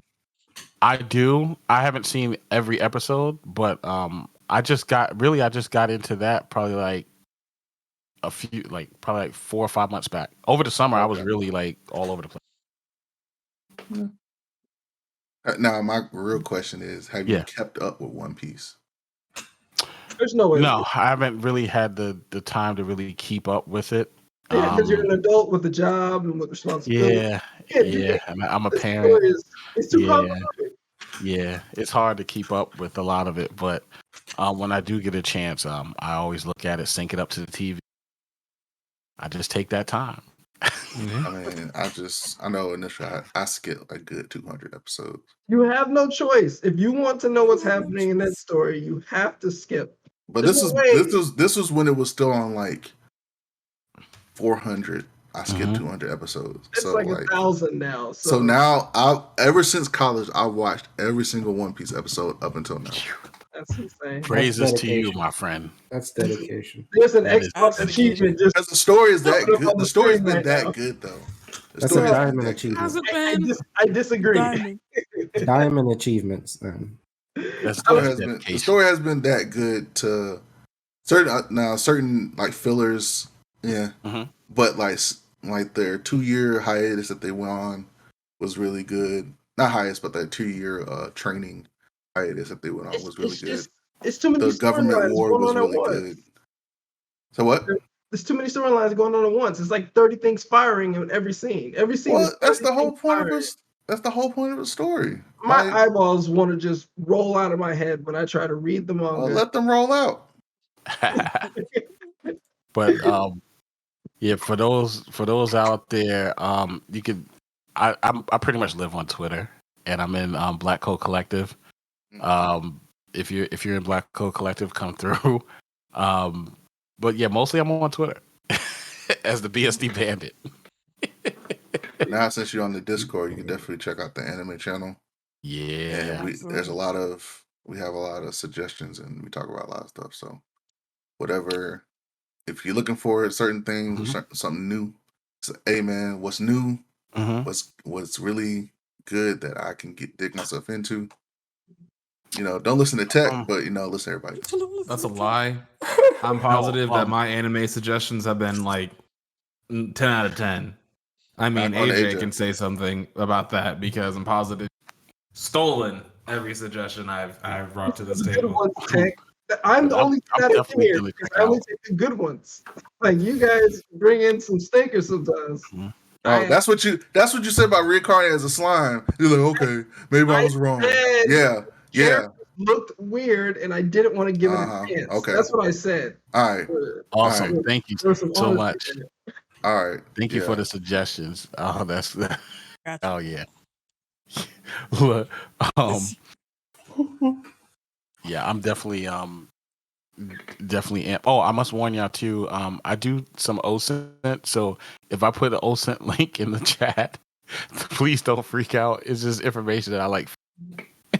Oh, yeah, that's just do it. Do it. It's funny as shit. I didn't know anything about it until like 2 years ago when I went to well, not 2 years ago, but when I first got to my job, I went to Black Hat and DEF CON. And I learned about OSINT and learned how you can find some things. Boy, stories I've heard about people just using OSINT I was like, okay, this is interesting. Yeah, that goes into threat hunting too, a little bit too. So. Oh yeah. Oh man. All right. So, I think. Do y'all have anything else for Charles?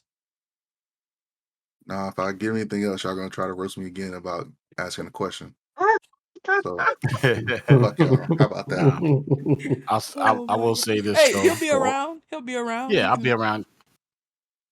Y'all definitely be around. How long does he have though? Oh shit!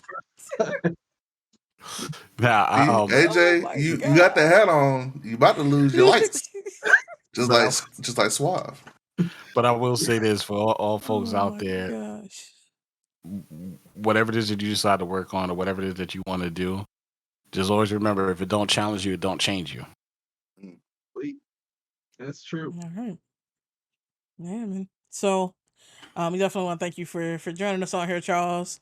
The next thing we're going to get into is headlines. If you have any interest in that, you are more than welcome to stay, shoot the shit with us. Okay. But that wraps it up for the interview. And we appreciate you. I appreciate y'all. Thank you for having me on. I really this has been fun. I got to show off my toys, like show and tell. This is cool. Absolutely. Everybody on here jealous. Everybody. Oh my god! You got more than us. Neo Geo, bro. Rust in the browser. I know I didn't say that yet. No, you didn't talk about Rust in the browser, Carl. No, not at all. That's super juicy. WebAssembly didn't say that either. Wasm Bindgen. Am I right? Yes. Oh my goodness. See, AJ, you done started up. The precision shots coming back. No drive-bys, remember? Hey, no, Maurice started that. No boy. Man said AJ is challenging nighttime apparel. All right, so we go. Look, what I'm challenging is the norms that you guys are following. You don't even know why you don't wear hats at night. You have no clue. Don't even know why. Oh shit. Man. Do you have 1989? 1996. Okay, my bad. Do you have a floppy drive? 1996. You said, don't worry about it. Somewhere. Oh, Jesus. He said, don't worry about it. All right. You hanging out for headlines, Charles? Yeah. Yeah, let's do that. Cool. All right, bet. So, I guess in order, I think we had DC Fandome first. I thought that was last. What? I thought that was over the weekend. I don't know. What is time? Oh, did we? Oh, did it happen first? Oh, yes. Yeah. I think It was on Saturday at 10 a.m. Pacific. It was good. And I'm just gonna say I'm excited for the Flash movie. Are you? Yeah. I'm excited for Black Adam. That one was fun. Shazam. Aquaman looks dope. It does look good. And I will say the Batman. I need to reserve my judgment. Speaking of Batman, right? Who do you think the best Joker ever was? For me personally, was Heath Ledger. Rest in peace. Movie wise? Who was your best Heath Joker? Ledger was the best. Okay. Overall, Heath Ledger was the best one overall. Movie wise, Heath Ledger. TV show, Mark Hamill. Mark Hamill. It's not even a question. TV show, Mark Hamill. There are other Jokers, but their names are not memorable. But Heath Ledger, Jack Nicholson is a good one. Jack Nicholson good runner up. He was good. Yeah. People don't remember how well he played that role because of the fact that it's such an old looking movie and kind of looks goofy and he's wearing old and goofy. Man, these words hurt me. Tim Burton. I mean, that movie came out a year after I was born, and it was my favorite movie. I literally watched that movie for like 10 years straight. Over and over and over again. Where does he get all those wonderful toys? I love that movie. That was my favorite scene. I still to this day. Well, when I first learned that Prince did that album, I was like, yo.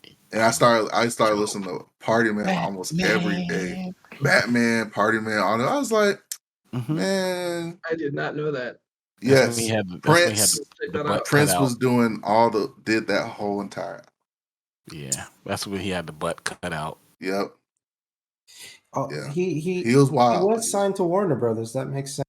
Warner Brothers tie-in. Yeah. Yeah. Didn't he buy shares on Warner Brothers too? I think he did. I remember he talked about that. He snatched his name for a little. Yeah. Yeah. But I'm formerly known. I'm not excited about the Flash because it looked weird, right? Or was that just like they have nothing to show per se. They were showing bits and pieces. But they showed the suit. The suit looked dope. They showed they teased Batman. They teased Michael Keaton's Batman. Yeah, it's gonna be Michael Keaton's Batman. And they teased that they're gonna have Supergirl in it, and they're having an alternate timeline Flashpoint Flash, I think, in it. Because you saw him with the shady hair, the shaggy hair, and then he had regular Flash. So that's gonna be good. And then they got like HBO Max is about to be so packed with DC stuff. Because they already came out with the little Aquaman show, which I'd already argued with Suave about. Is it Teen Titans Go? Teen Titans is that Go. What it is? It looks like Adventure Time. It looks kind of like Steven Universe to me. Nah. It's a Steven Universe vibe to me. Not with that art style. It looks like Adventure Time and Teen Titans Go. Or regular show, I'm sorry, yes. With Teen Titans Go aspects a little bit. I'm not interested at all. It looked hilarious. I'm definitely gonna watch. It's on HBO Max now. You've already made the first cardinal sin of enjoying Teen Titans Go, so I mean your opinion. That's it. Yep. Ain't nothing wrong with Teen Titans Go. I will die on this hill. I told you we could do another podcast on the entire die on this hill. Yes. And we'll gladly let you die. And I can literally just list all the things wrong with it. That's all. Well, you know what? We'll do that. Let me write it down right now because we're gonna have to. And you know what? I'm gonna do you one more. I'm not gonna write down anything, and I'm still gonna fill that podcast with problems. Flow off the dome. I'm not even gonna write no notes. Just gonna go off the top and tell you everything that's wrong with Teen Titans Go. Oh, and they showed gameplay for Gotham Knights. Oh yeah, they showed the Court of Owls from Gotham Knights, and they showed Suicide Squad killed the Justice League, which looks great. It looks funny. It looks funny as hell and great. And so I'm excited for those. And DC Fandome was dope. Like they had different panels of they had Linda Carter and the director for Wonder Woman talking. They had Javalisa Leslie on from Batwoman. You know, they had a whole bunch of different. Yeah, Shazam looks dope. I can't wait. That's gonna be interesting. Does it look dope? Shazam is gonna be a tie into Black Adam somehow, some way. So I think it's gonna be interesting seeing that. All the Shazam kids makes me upset. Like I understand that they're pulling from a very kind of unheard of version of Shazam where his family gets powers or whatever. Like one of those unheard of. I mean, but it's not the most popular run of Shazam. It's not even close. Right? Most of the stuff is. Most of the comics are based off of the Shazam family. Yeah, no, I understand that, but that's not the most popular run, right? Captain Marvel or Shazam, whatever you want to call him. Well, his name's Shazam now, but he was Captain Marvel before that. Yeah.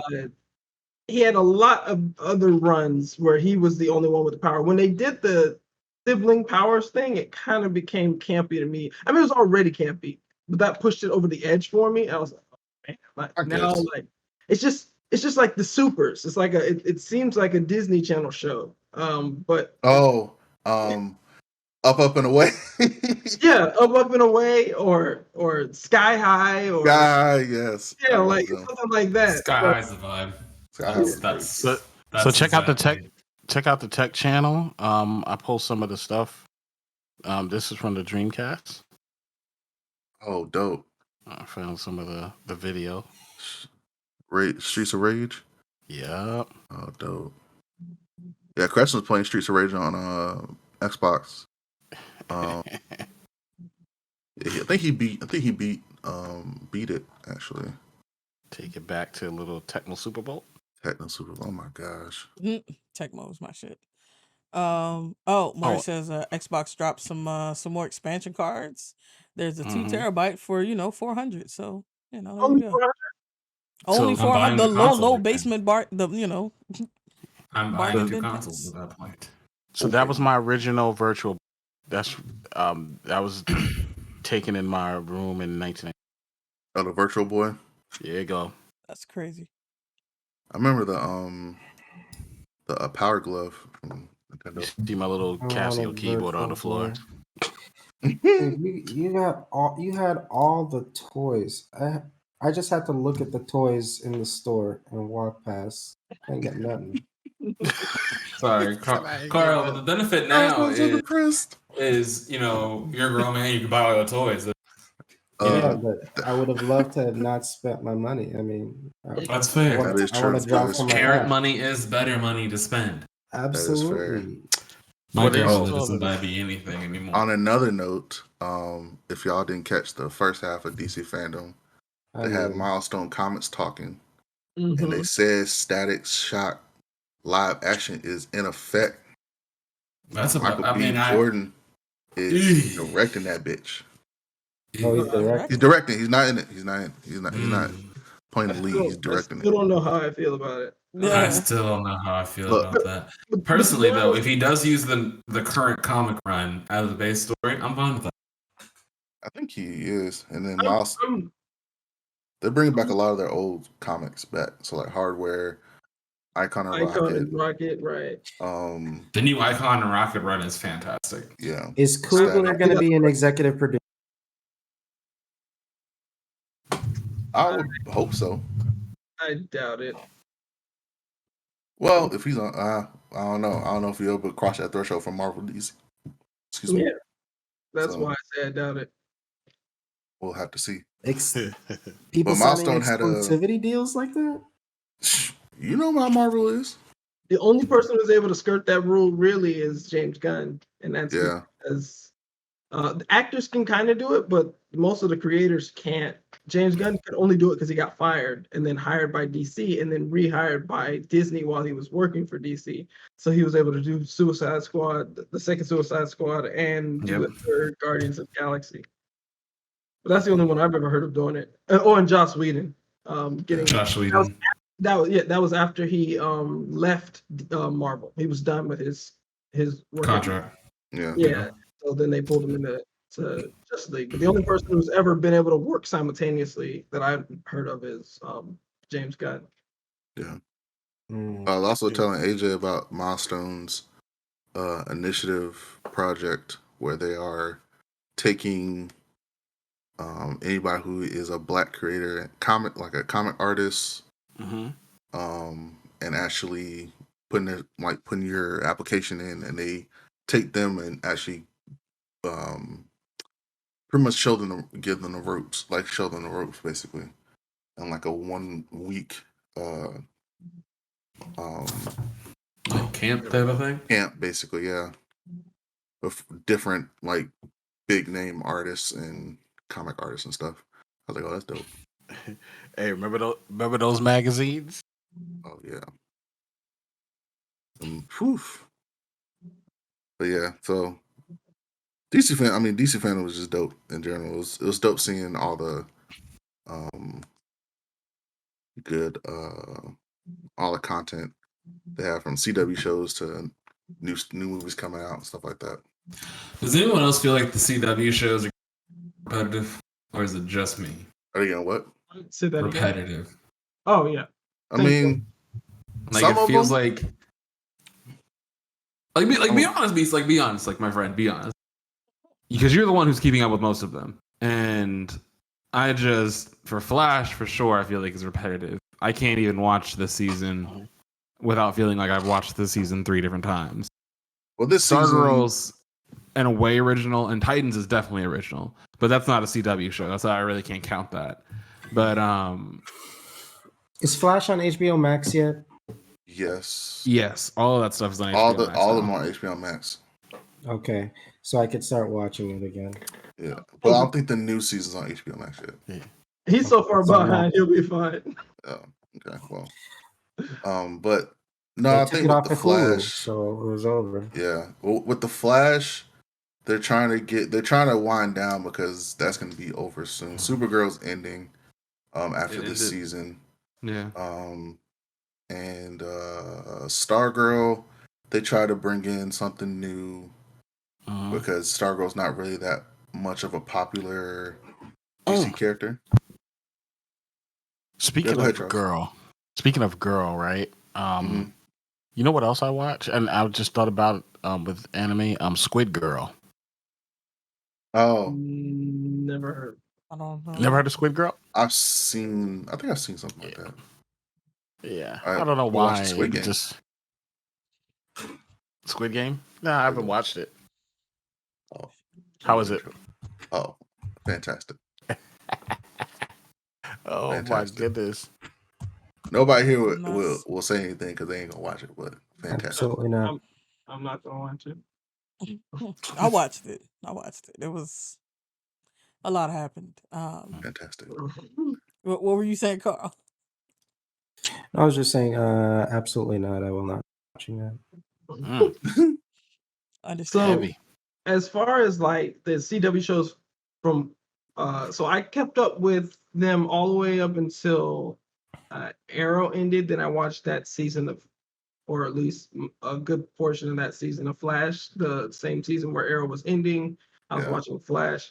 I think they are repetitive, like Tech was saying. I think that there's always you can always tell what role the character is going to play when they show up. It's like, oh, they're going to be the new tech person. Right? Like they have the same characteristics and mannerisms as the tech person in every other CW show. Like they're spastic and giddy and whatever. That's the tech person. Almost always super excited about everything. And the heroes are always, they run the emotional gambit, but they're always high, low, high, low, high, low. So for me, that's kind of what took me off of them. Like I was slowly, jumping off. Like the worse Arrow got, the more I was like, okay, it's close to me leaving, because I always thought Flash was a little too cheesy.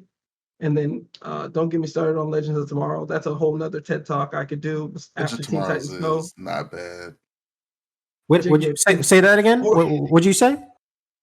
I didn't hear it. I didn't hear you. The aggression. There was some static. I didn't hear. What did you say, JK? I said Legends Tomorrow is not that bad. It's not bad. Hey, question. With video games, anybody used any news on Breath of the Wild 2 yet? For Zelda? I don't think Nintendo dropped that this time around. I don't know if they are. Like that game They were so does important so about well Smash. for them. I don't know if they are. They were I'm so. trying to remember the direct from September, but I don't. No, they definitely. I don't think they talked about it in the direct at all. Nah, that would have been a headline of a very song. yeah, because the whole everybody was just going crazy about I knew Mark's gonna go crazy. Everybody was going crazy about Sora being in Super Smash. Yeah. Oh yeah. Maury says there's a trailer for it though. Oh, drop that drop that link in. Where'd he drop it at? He's in the Twitch stream right now, but he hasn't dropped it. See, he got all them switches on Teslas. Yeah. Being stuff for the trailers. On PlayStations. On PlayStations.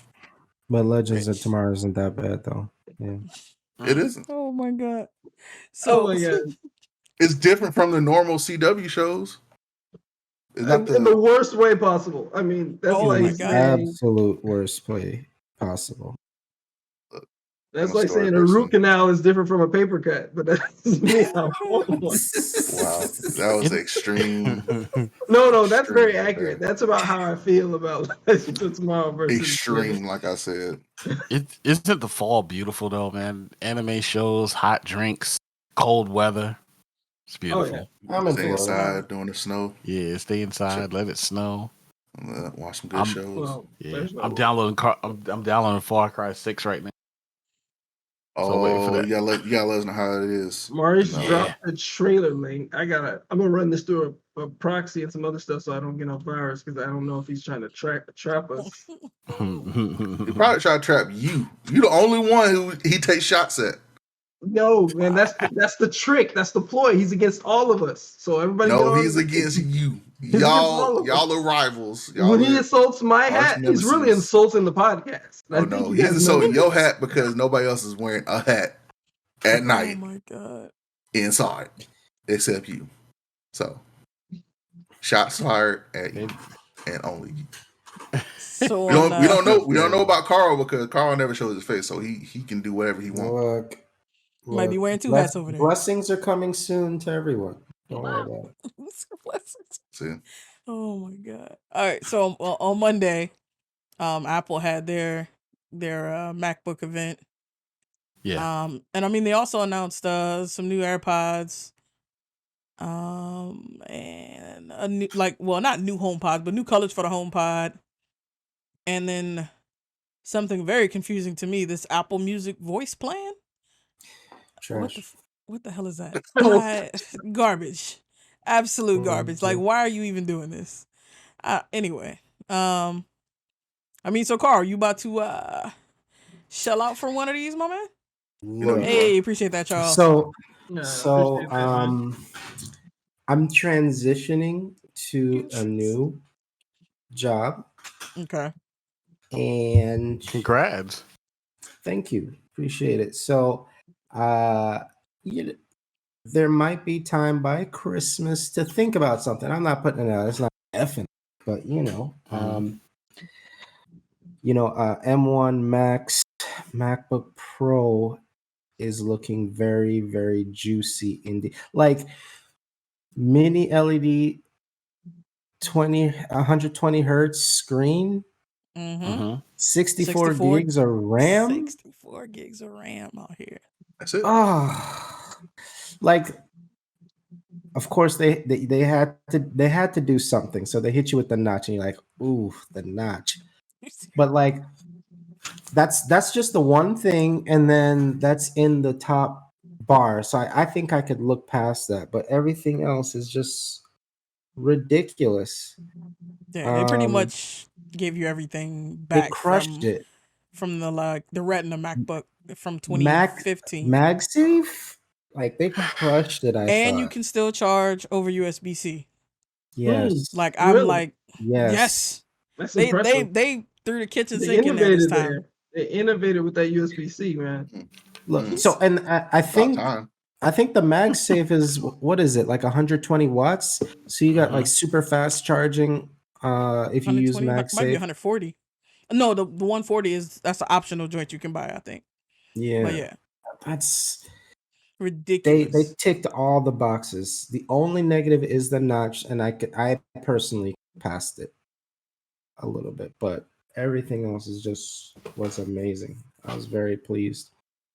So like for the MacBooks, what do you mostly use it for? Like, are you doing development or are you? I mostly do development. So Okay. there's a concern, but I think they've solved it mostly. So, I tend to do a lot with Docker, and Okay. so for Docker wasn't working for a while Mm-hmm. on Apple Silicon on ARM chips. But I think they've solved that, and I think they have the universal version. Okay. The one thing that I know still doesn't work and may not work ever is VirtualBox, but I don't use VirtualBox that much anymore. And Mm-hmm. Linux supports ARM, so you could like dual boot Linux stuff if you want. Yeah. And I know you could run ARM based Windows. So push come to shove, I could get it done, and that's a very limited use case for me. I'm usually doing a lot of stuff in Docker, and that works. So like I don't foresee any hiccups switching Right. to ARM. So Yeah. yeah.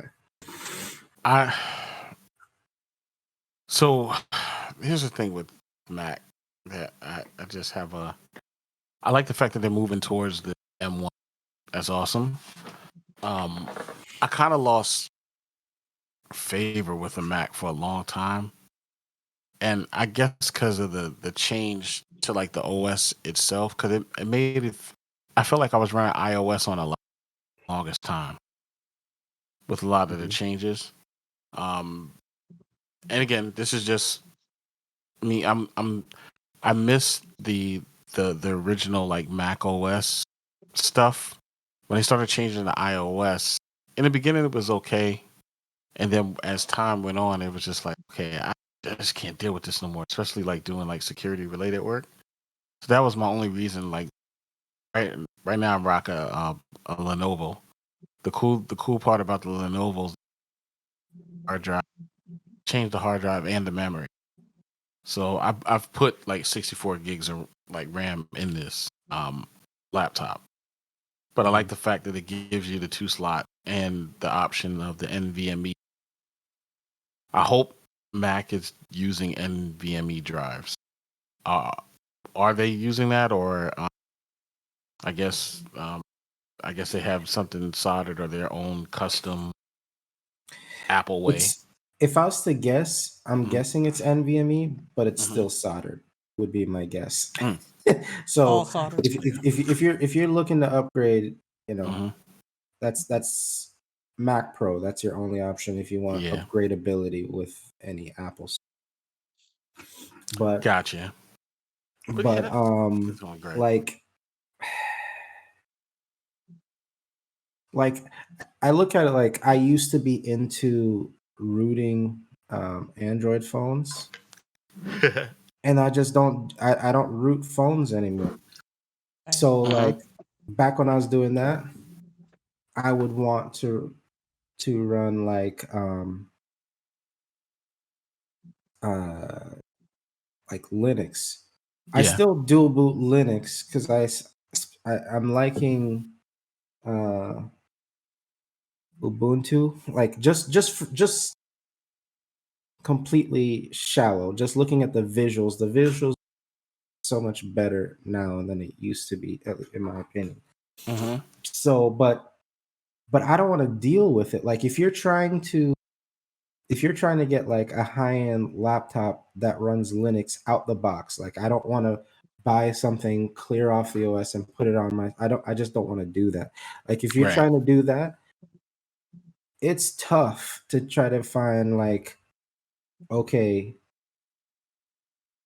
32 to 64 gigs of RAM, top end graphics card, Mhm. maybe top end AMD processor.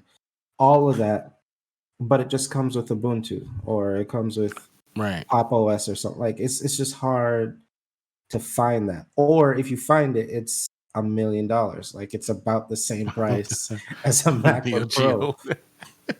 Exactly. Yeah. So just like if you're not trying to do the installs yourself, if you're not trying to do all of that, you just want to buy something, you're right around the price of a Mac. Exactly. You're right at the price point of a Mac. And the user experience is there for me. So, and that's what counts. Like, and like I said, we talked about it a little bit earlier, where it's like whatever it is that you're into, it's an expensive habit. You know, if you you're right about that expense. Yeah. Oh yeah, the expense is real, man. But look at the experience, like you just described. It's like then the price don't matter.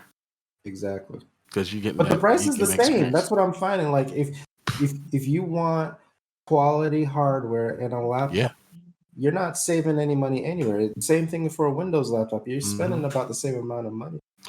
Perfect example. This Lenovo laptop that I'm running on right now, $2,400.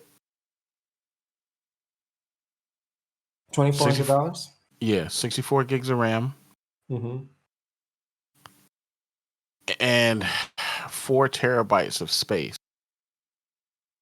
But it's two 2 terabyte. It's two 2 terabyte drives that are both NVMe. I'm running on an all NVMe drive. And 64. What kind of GPU does it have in? It's this iCore 7. Does it have dedicated graphics? Yeah, it has a dedicated GPU as well too. What kind of GPU is that? I can't think of it off the top of my head. Because I can't think of it. That actually sounds like an amazing. It's matter of fact, it's the Lenovo X1 Extreme. It's the X1 Extreme. Yeah. So yeah, that's actually an amazing price. So I paid $2,400 for that. But you know, like I said, it came with Windows 10, but I stripped it off. But you can run pretty much any OS on. I've run FreeBSD on this laptop before. Only reason I took it off because of the fact that I was getting annoyed with VirtualBox and FreeBSD, and the fact that Docker no longer supported on FreeBSD. So I wanted to move away from that, and that's why I came. Because I know it was just gonna work, and and I have everything customized, and plus like with VS Code and everything else. So yeah. But for Windows users, you can still get the Linux experience by just downloading Ubuntu Windows Store, and you can just run it that way too if you want to learn Linux. If you have to be on a Windows 10 box, I would recommend Windows that if you want to learn Linux. Yep. I would recommend that. I've actually done pen tests with that, with Windows Subservice for Linux version 2, because version 2 allows you to run Nmap. Yeah, and it's worked amazing. I was looking at some WSL stuff, but I don't know. Yeah. It didn't seem like it was worth the trouble. I was like, maybe I should just buy a Mac.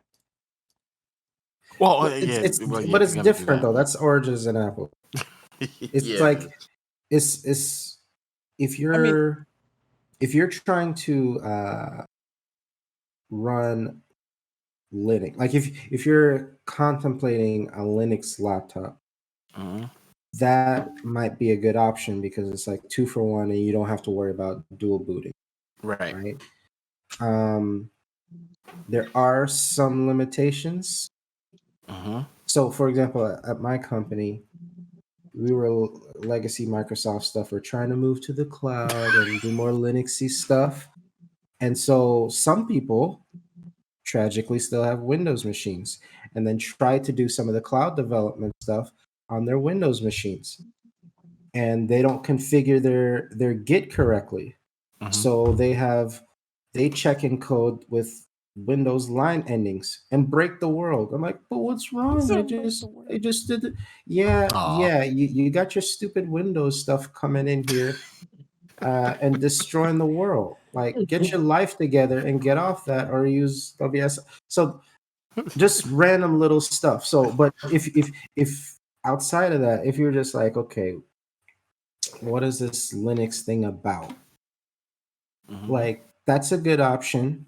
You could dip your toe in it, and if you're like, you know what, let me run back to Windows real quick. Let me cool out. Like, you have that, and you don't have to worry about dual boot. Yeah, you don't have to worry about that anymore. Thank goodness. I love how technology's advanced. Yeah. So it's a nice option if you were doing, but like, I wouldn't compare it to Mac. That's completely different. I mean, it's different, but I have a hard time like developing on Windows. Like, I've tried it. Again, don't do that. I'm just saying. I'm saying if you're trying like a personal problem to me. If you're trying to mess with Linux, that's an option. If you're trying to do Linux, like, don't develop on the Windows side unless you're trying to make video games. Like, or if you like personal torture, or that, yeah. But like, don't write code that you want in production for a company on Windows machine. Don't do that. Ouch. No, I'm gonna still do it, guys. That real hateration over this serious. That real man is serious. I know you're gonna do it. I'm gonna still do it. I have no choice. That's right. Well, we know you hate yourself. So you do have a choice, but we won't talk about that here. Oh wow! So Apple killed it with their event for sure. I'm happy with the new MacBooks. They're good. More so what I wanted. Do I regret it?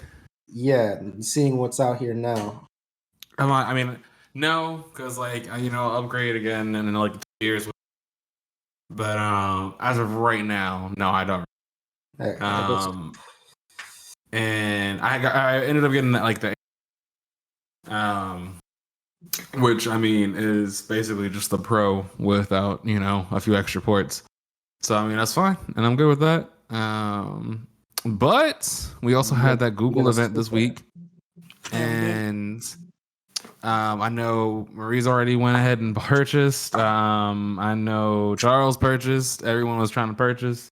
Everyone's trying to purchase so much the damn site went down. Like 5 minutes into the thing. I purchased on Wednesday because of my wife. It is her fault. And Carl over here in Sad Man Land having to wait until December for the new purchase. Mid-December. All in all, like, I can't get over the prices. Like, it's just after having the Apple event, not the 2 plus, not the 2 plus. Sorry, the phone was like $1,200 for the new one, right? Are you disappointed with the prices, or? Oh no, I just can't get over how cheap they are. Like how cheap they are for the tech. Like, if it wasn't for the fact that I'm already very, very integrated into the Apple space, from like my phone to my computers to my iPad that I carry in my house. The Pixel caught your attention the most? Apple ain't holding price. You nowhere. The price caught you the most? The price caught me the most. I mean, you look at these new and like $1,200 and some change for I think the base model. I think 900 for not 900. For the Pro Max? 900 for the base model. For the Pro, you're talking about because the base is like 600. The base is 600. Yeah, if you just want the regular Pixel 6, that's like $600. But if you want the Pro, $899. Yeah. Oh, it's $899 for the Pro. $899 for the Pro. I was talking about the lower model, the base. The base is like like 600. So if you want the base, you don't have to pay that much. But who's gonna leave all that tech on the table? I wouldn't, and that's nobody here. You want that 120 hertz? I want that display. That display is juicy. It screams 5G for people that's coming up from the LTE 4G network. Well, now if you want if you want millimeter wave, that's only on the Pro. Now, almost nobody can get millimeter wave, but if that's something you care about, that's only Pro. Hey, future proofing. Nothing wrong with that. Exactly. So I want that. It does not exist anywhere near me, but I still want it. Yeah. Because it's an option. Because we're greedy. Because we're nerds. We're greedy. We want it all. And that's fair. I want it all. But yeah, I was pleasantly surprised with their with their whole broadcast. Learned something I didn't realize. Google stores are a thing. Didn't know that. I know they've been around for a minute, but to be honest, is there one in DC? Is there a Google store in DC? Not that I'm aware of. I saw one in Houston, Texas. Yeah, I did not know they existed. So when the show started, when the broadcast started off, in like the Google store in New York, I was just like, "Is this a new thing they're opening?" That's because you're in the ecosystem, man. Mm-hmm. I mean, that's fair, I guess. But or they just don't open a store up in the DMV. Who doesn't open a store up in the DMV? I mean, Apple has 2 stores, 4 stores in the DMV area. But here's the thing with Apple, right? When you think of Apple, okay, it's so different now because when you think of Apple now, and this is what I think when I think of Apple now, I think of lattes, yes, M1 books, yoga pants, soccer moms, and NFT guys, NFT people. When I think of Apple, NFT people. When I think of, I think that's all spot on. So that's all. Damn. No, this is the new Apple, right? Right. The old Apple. Whenever I thought of a MacBook, I thought of folks that, with the flip flops, the shorts, don't take a haircut, and don't bathe. Also, tech before he was born. Oh my god. Old Apple.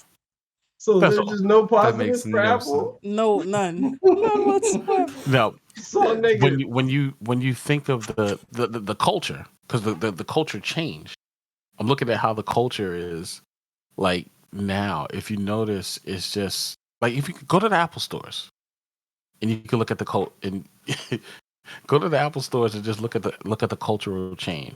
And if you've been an Apple user for a long time, you'll know what I'm. And you go there and you just look around, just people.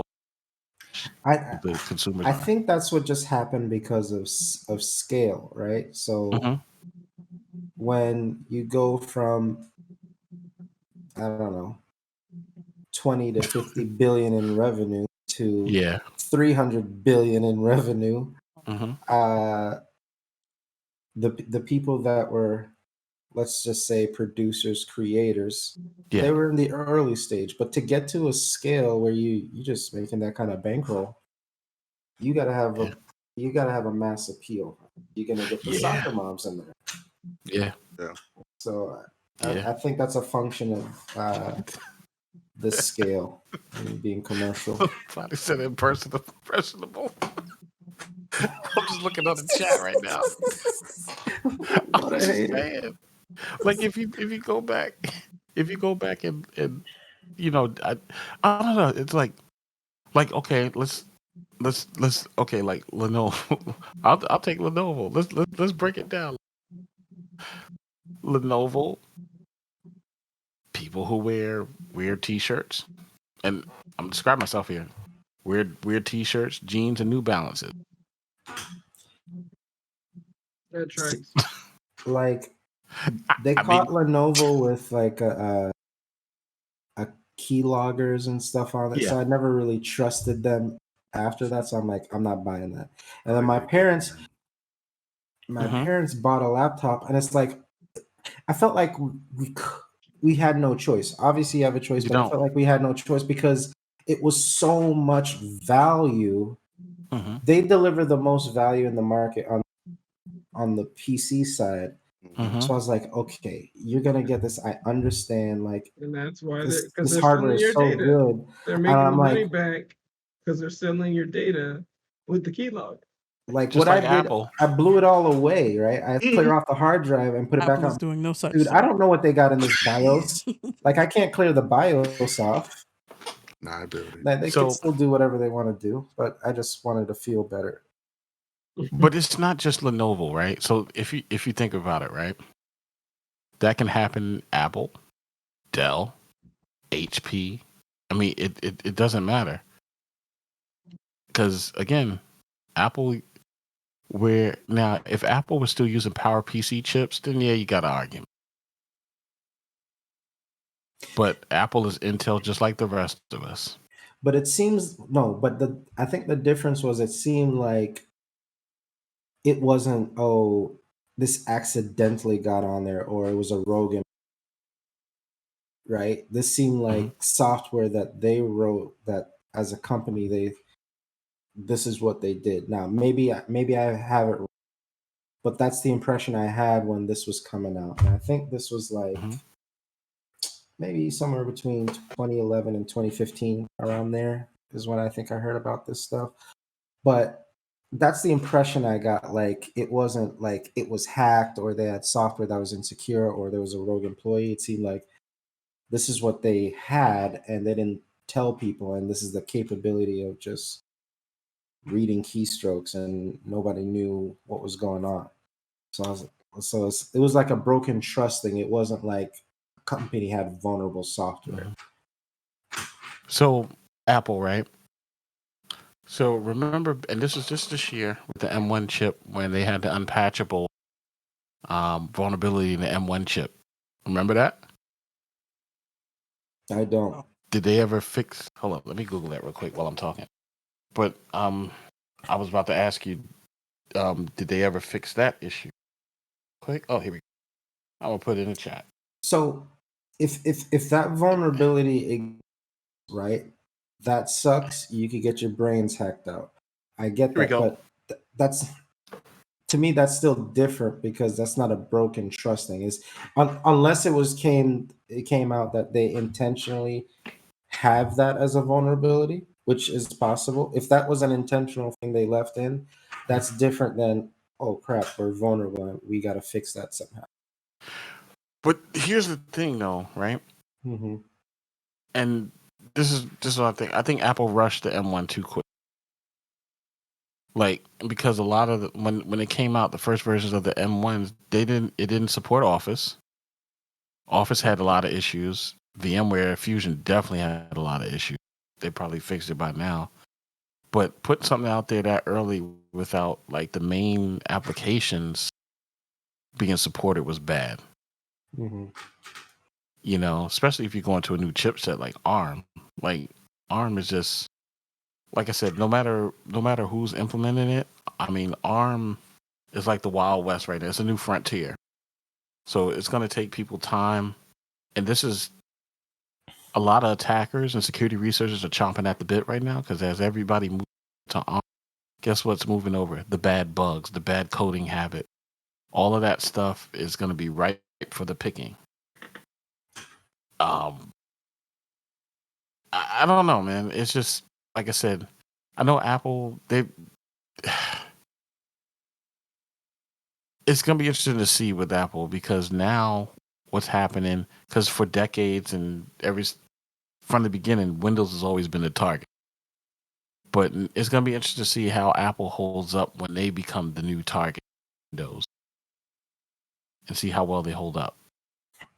If people, I think, if people target the chips, then it won't matter if it's Apple or Windows.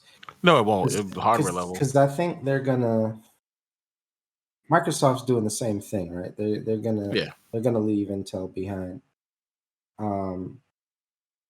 So I think, I guess I'm not a hacker, but if I was hacking, I'd be like, let me just target the chipset.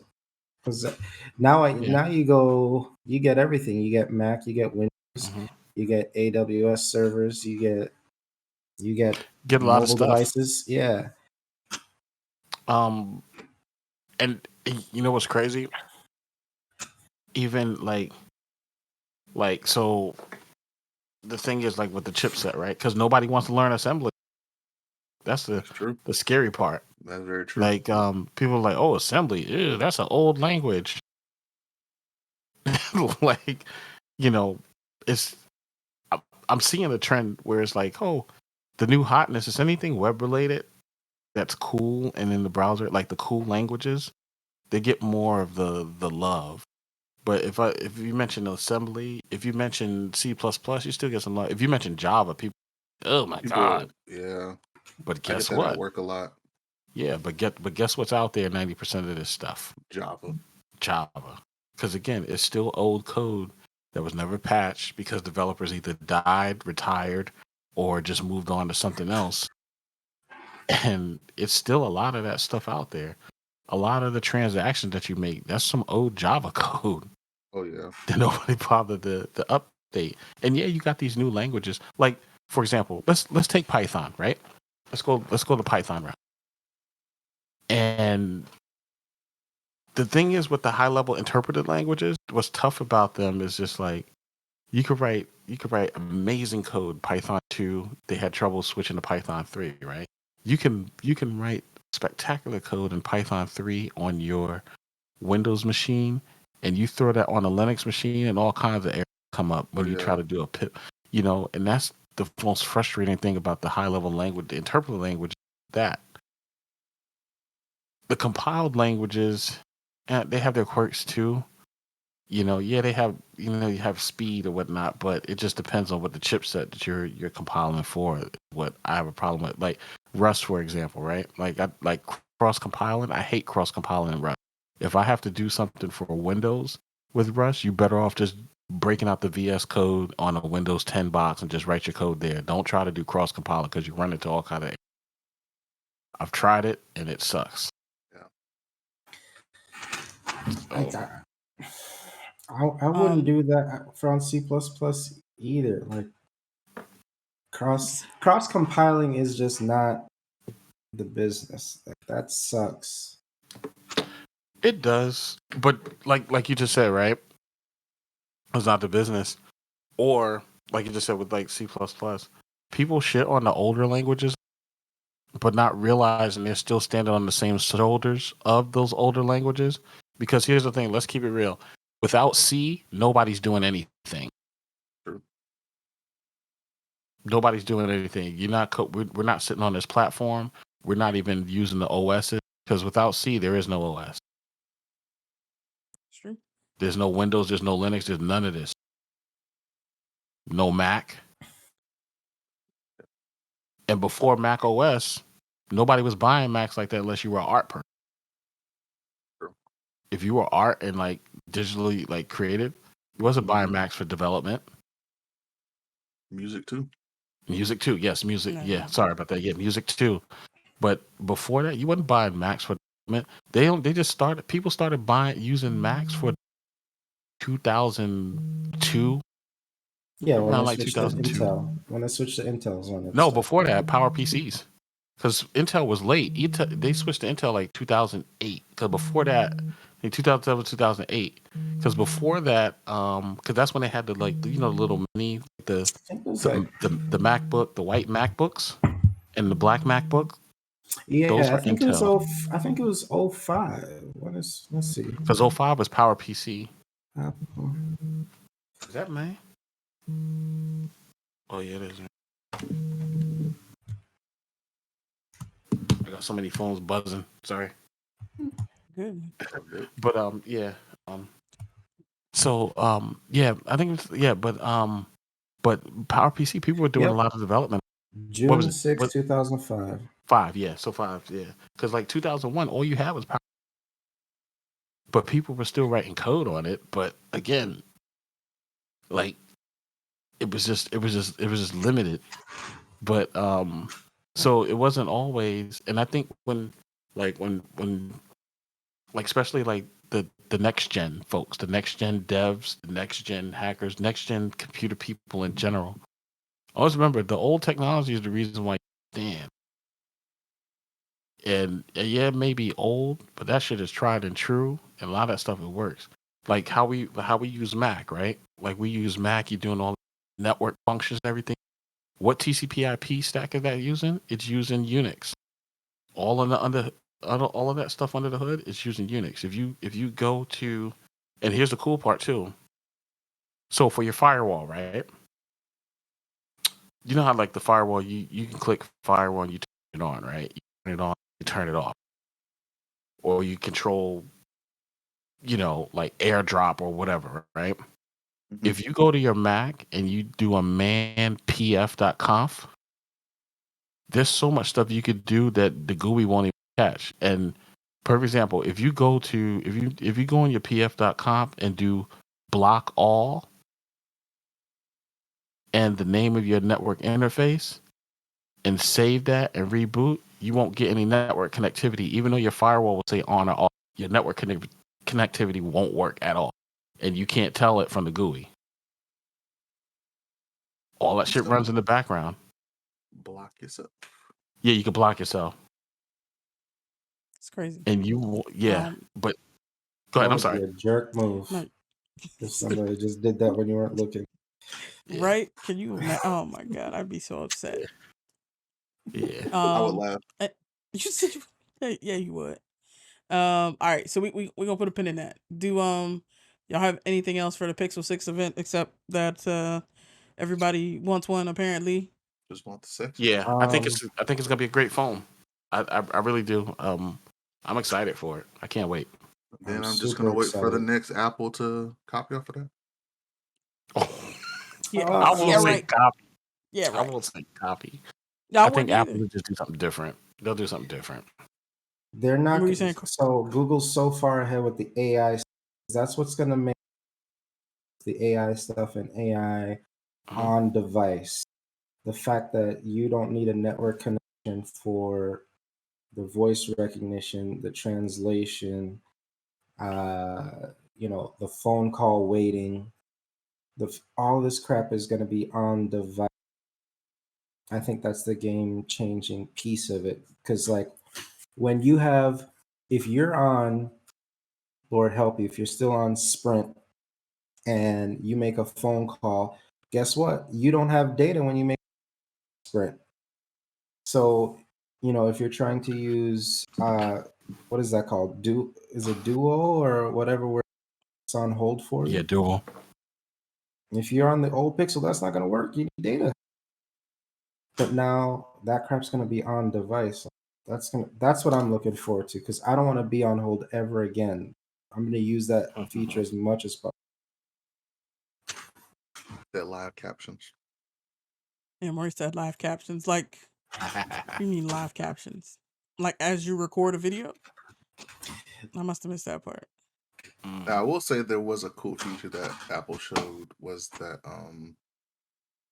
you can take a document, copy and paste the text from the document, put it in. Yeah. I was okay, that's cool. That's cool. I admit that's cool. That's also an old feature. Oh, damn. Oh. I mean, there's many apps. Anyway, Carl. That already do that. Just putting that out there. Well, thank you, Carl, for correcting me, because I was like, damn, I haven't seen this. That's not innovation. Like I was confused. What? Thank you for that. Listen, I appreciate that. all right. Do we have anything else for the Pixel besides hatred? Lust. I want hatred. It's all love, baby, for the Pixel. The Pixel's sex on a stick. Apple is hatred.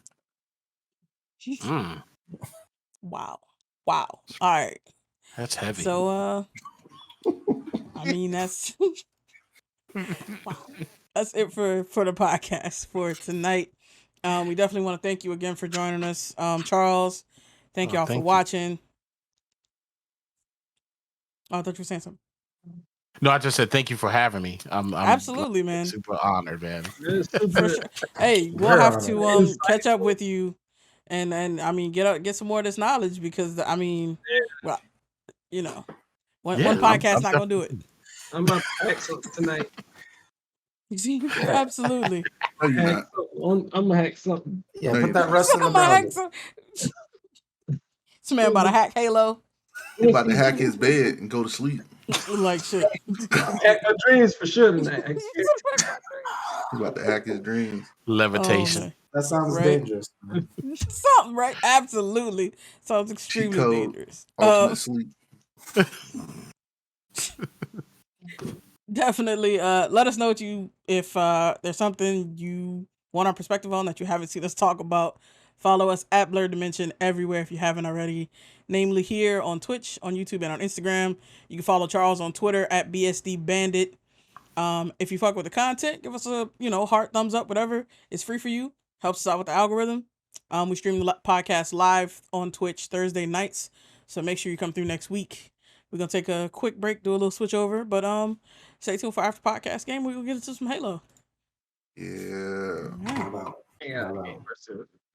Yeah, I play. The bad I was singing the Earthworm Jim theme song in my head as I'm looking at it.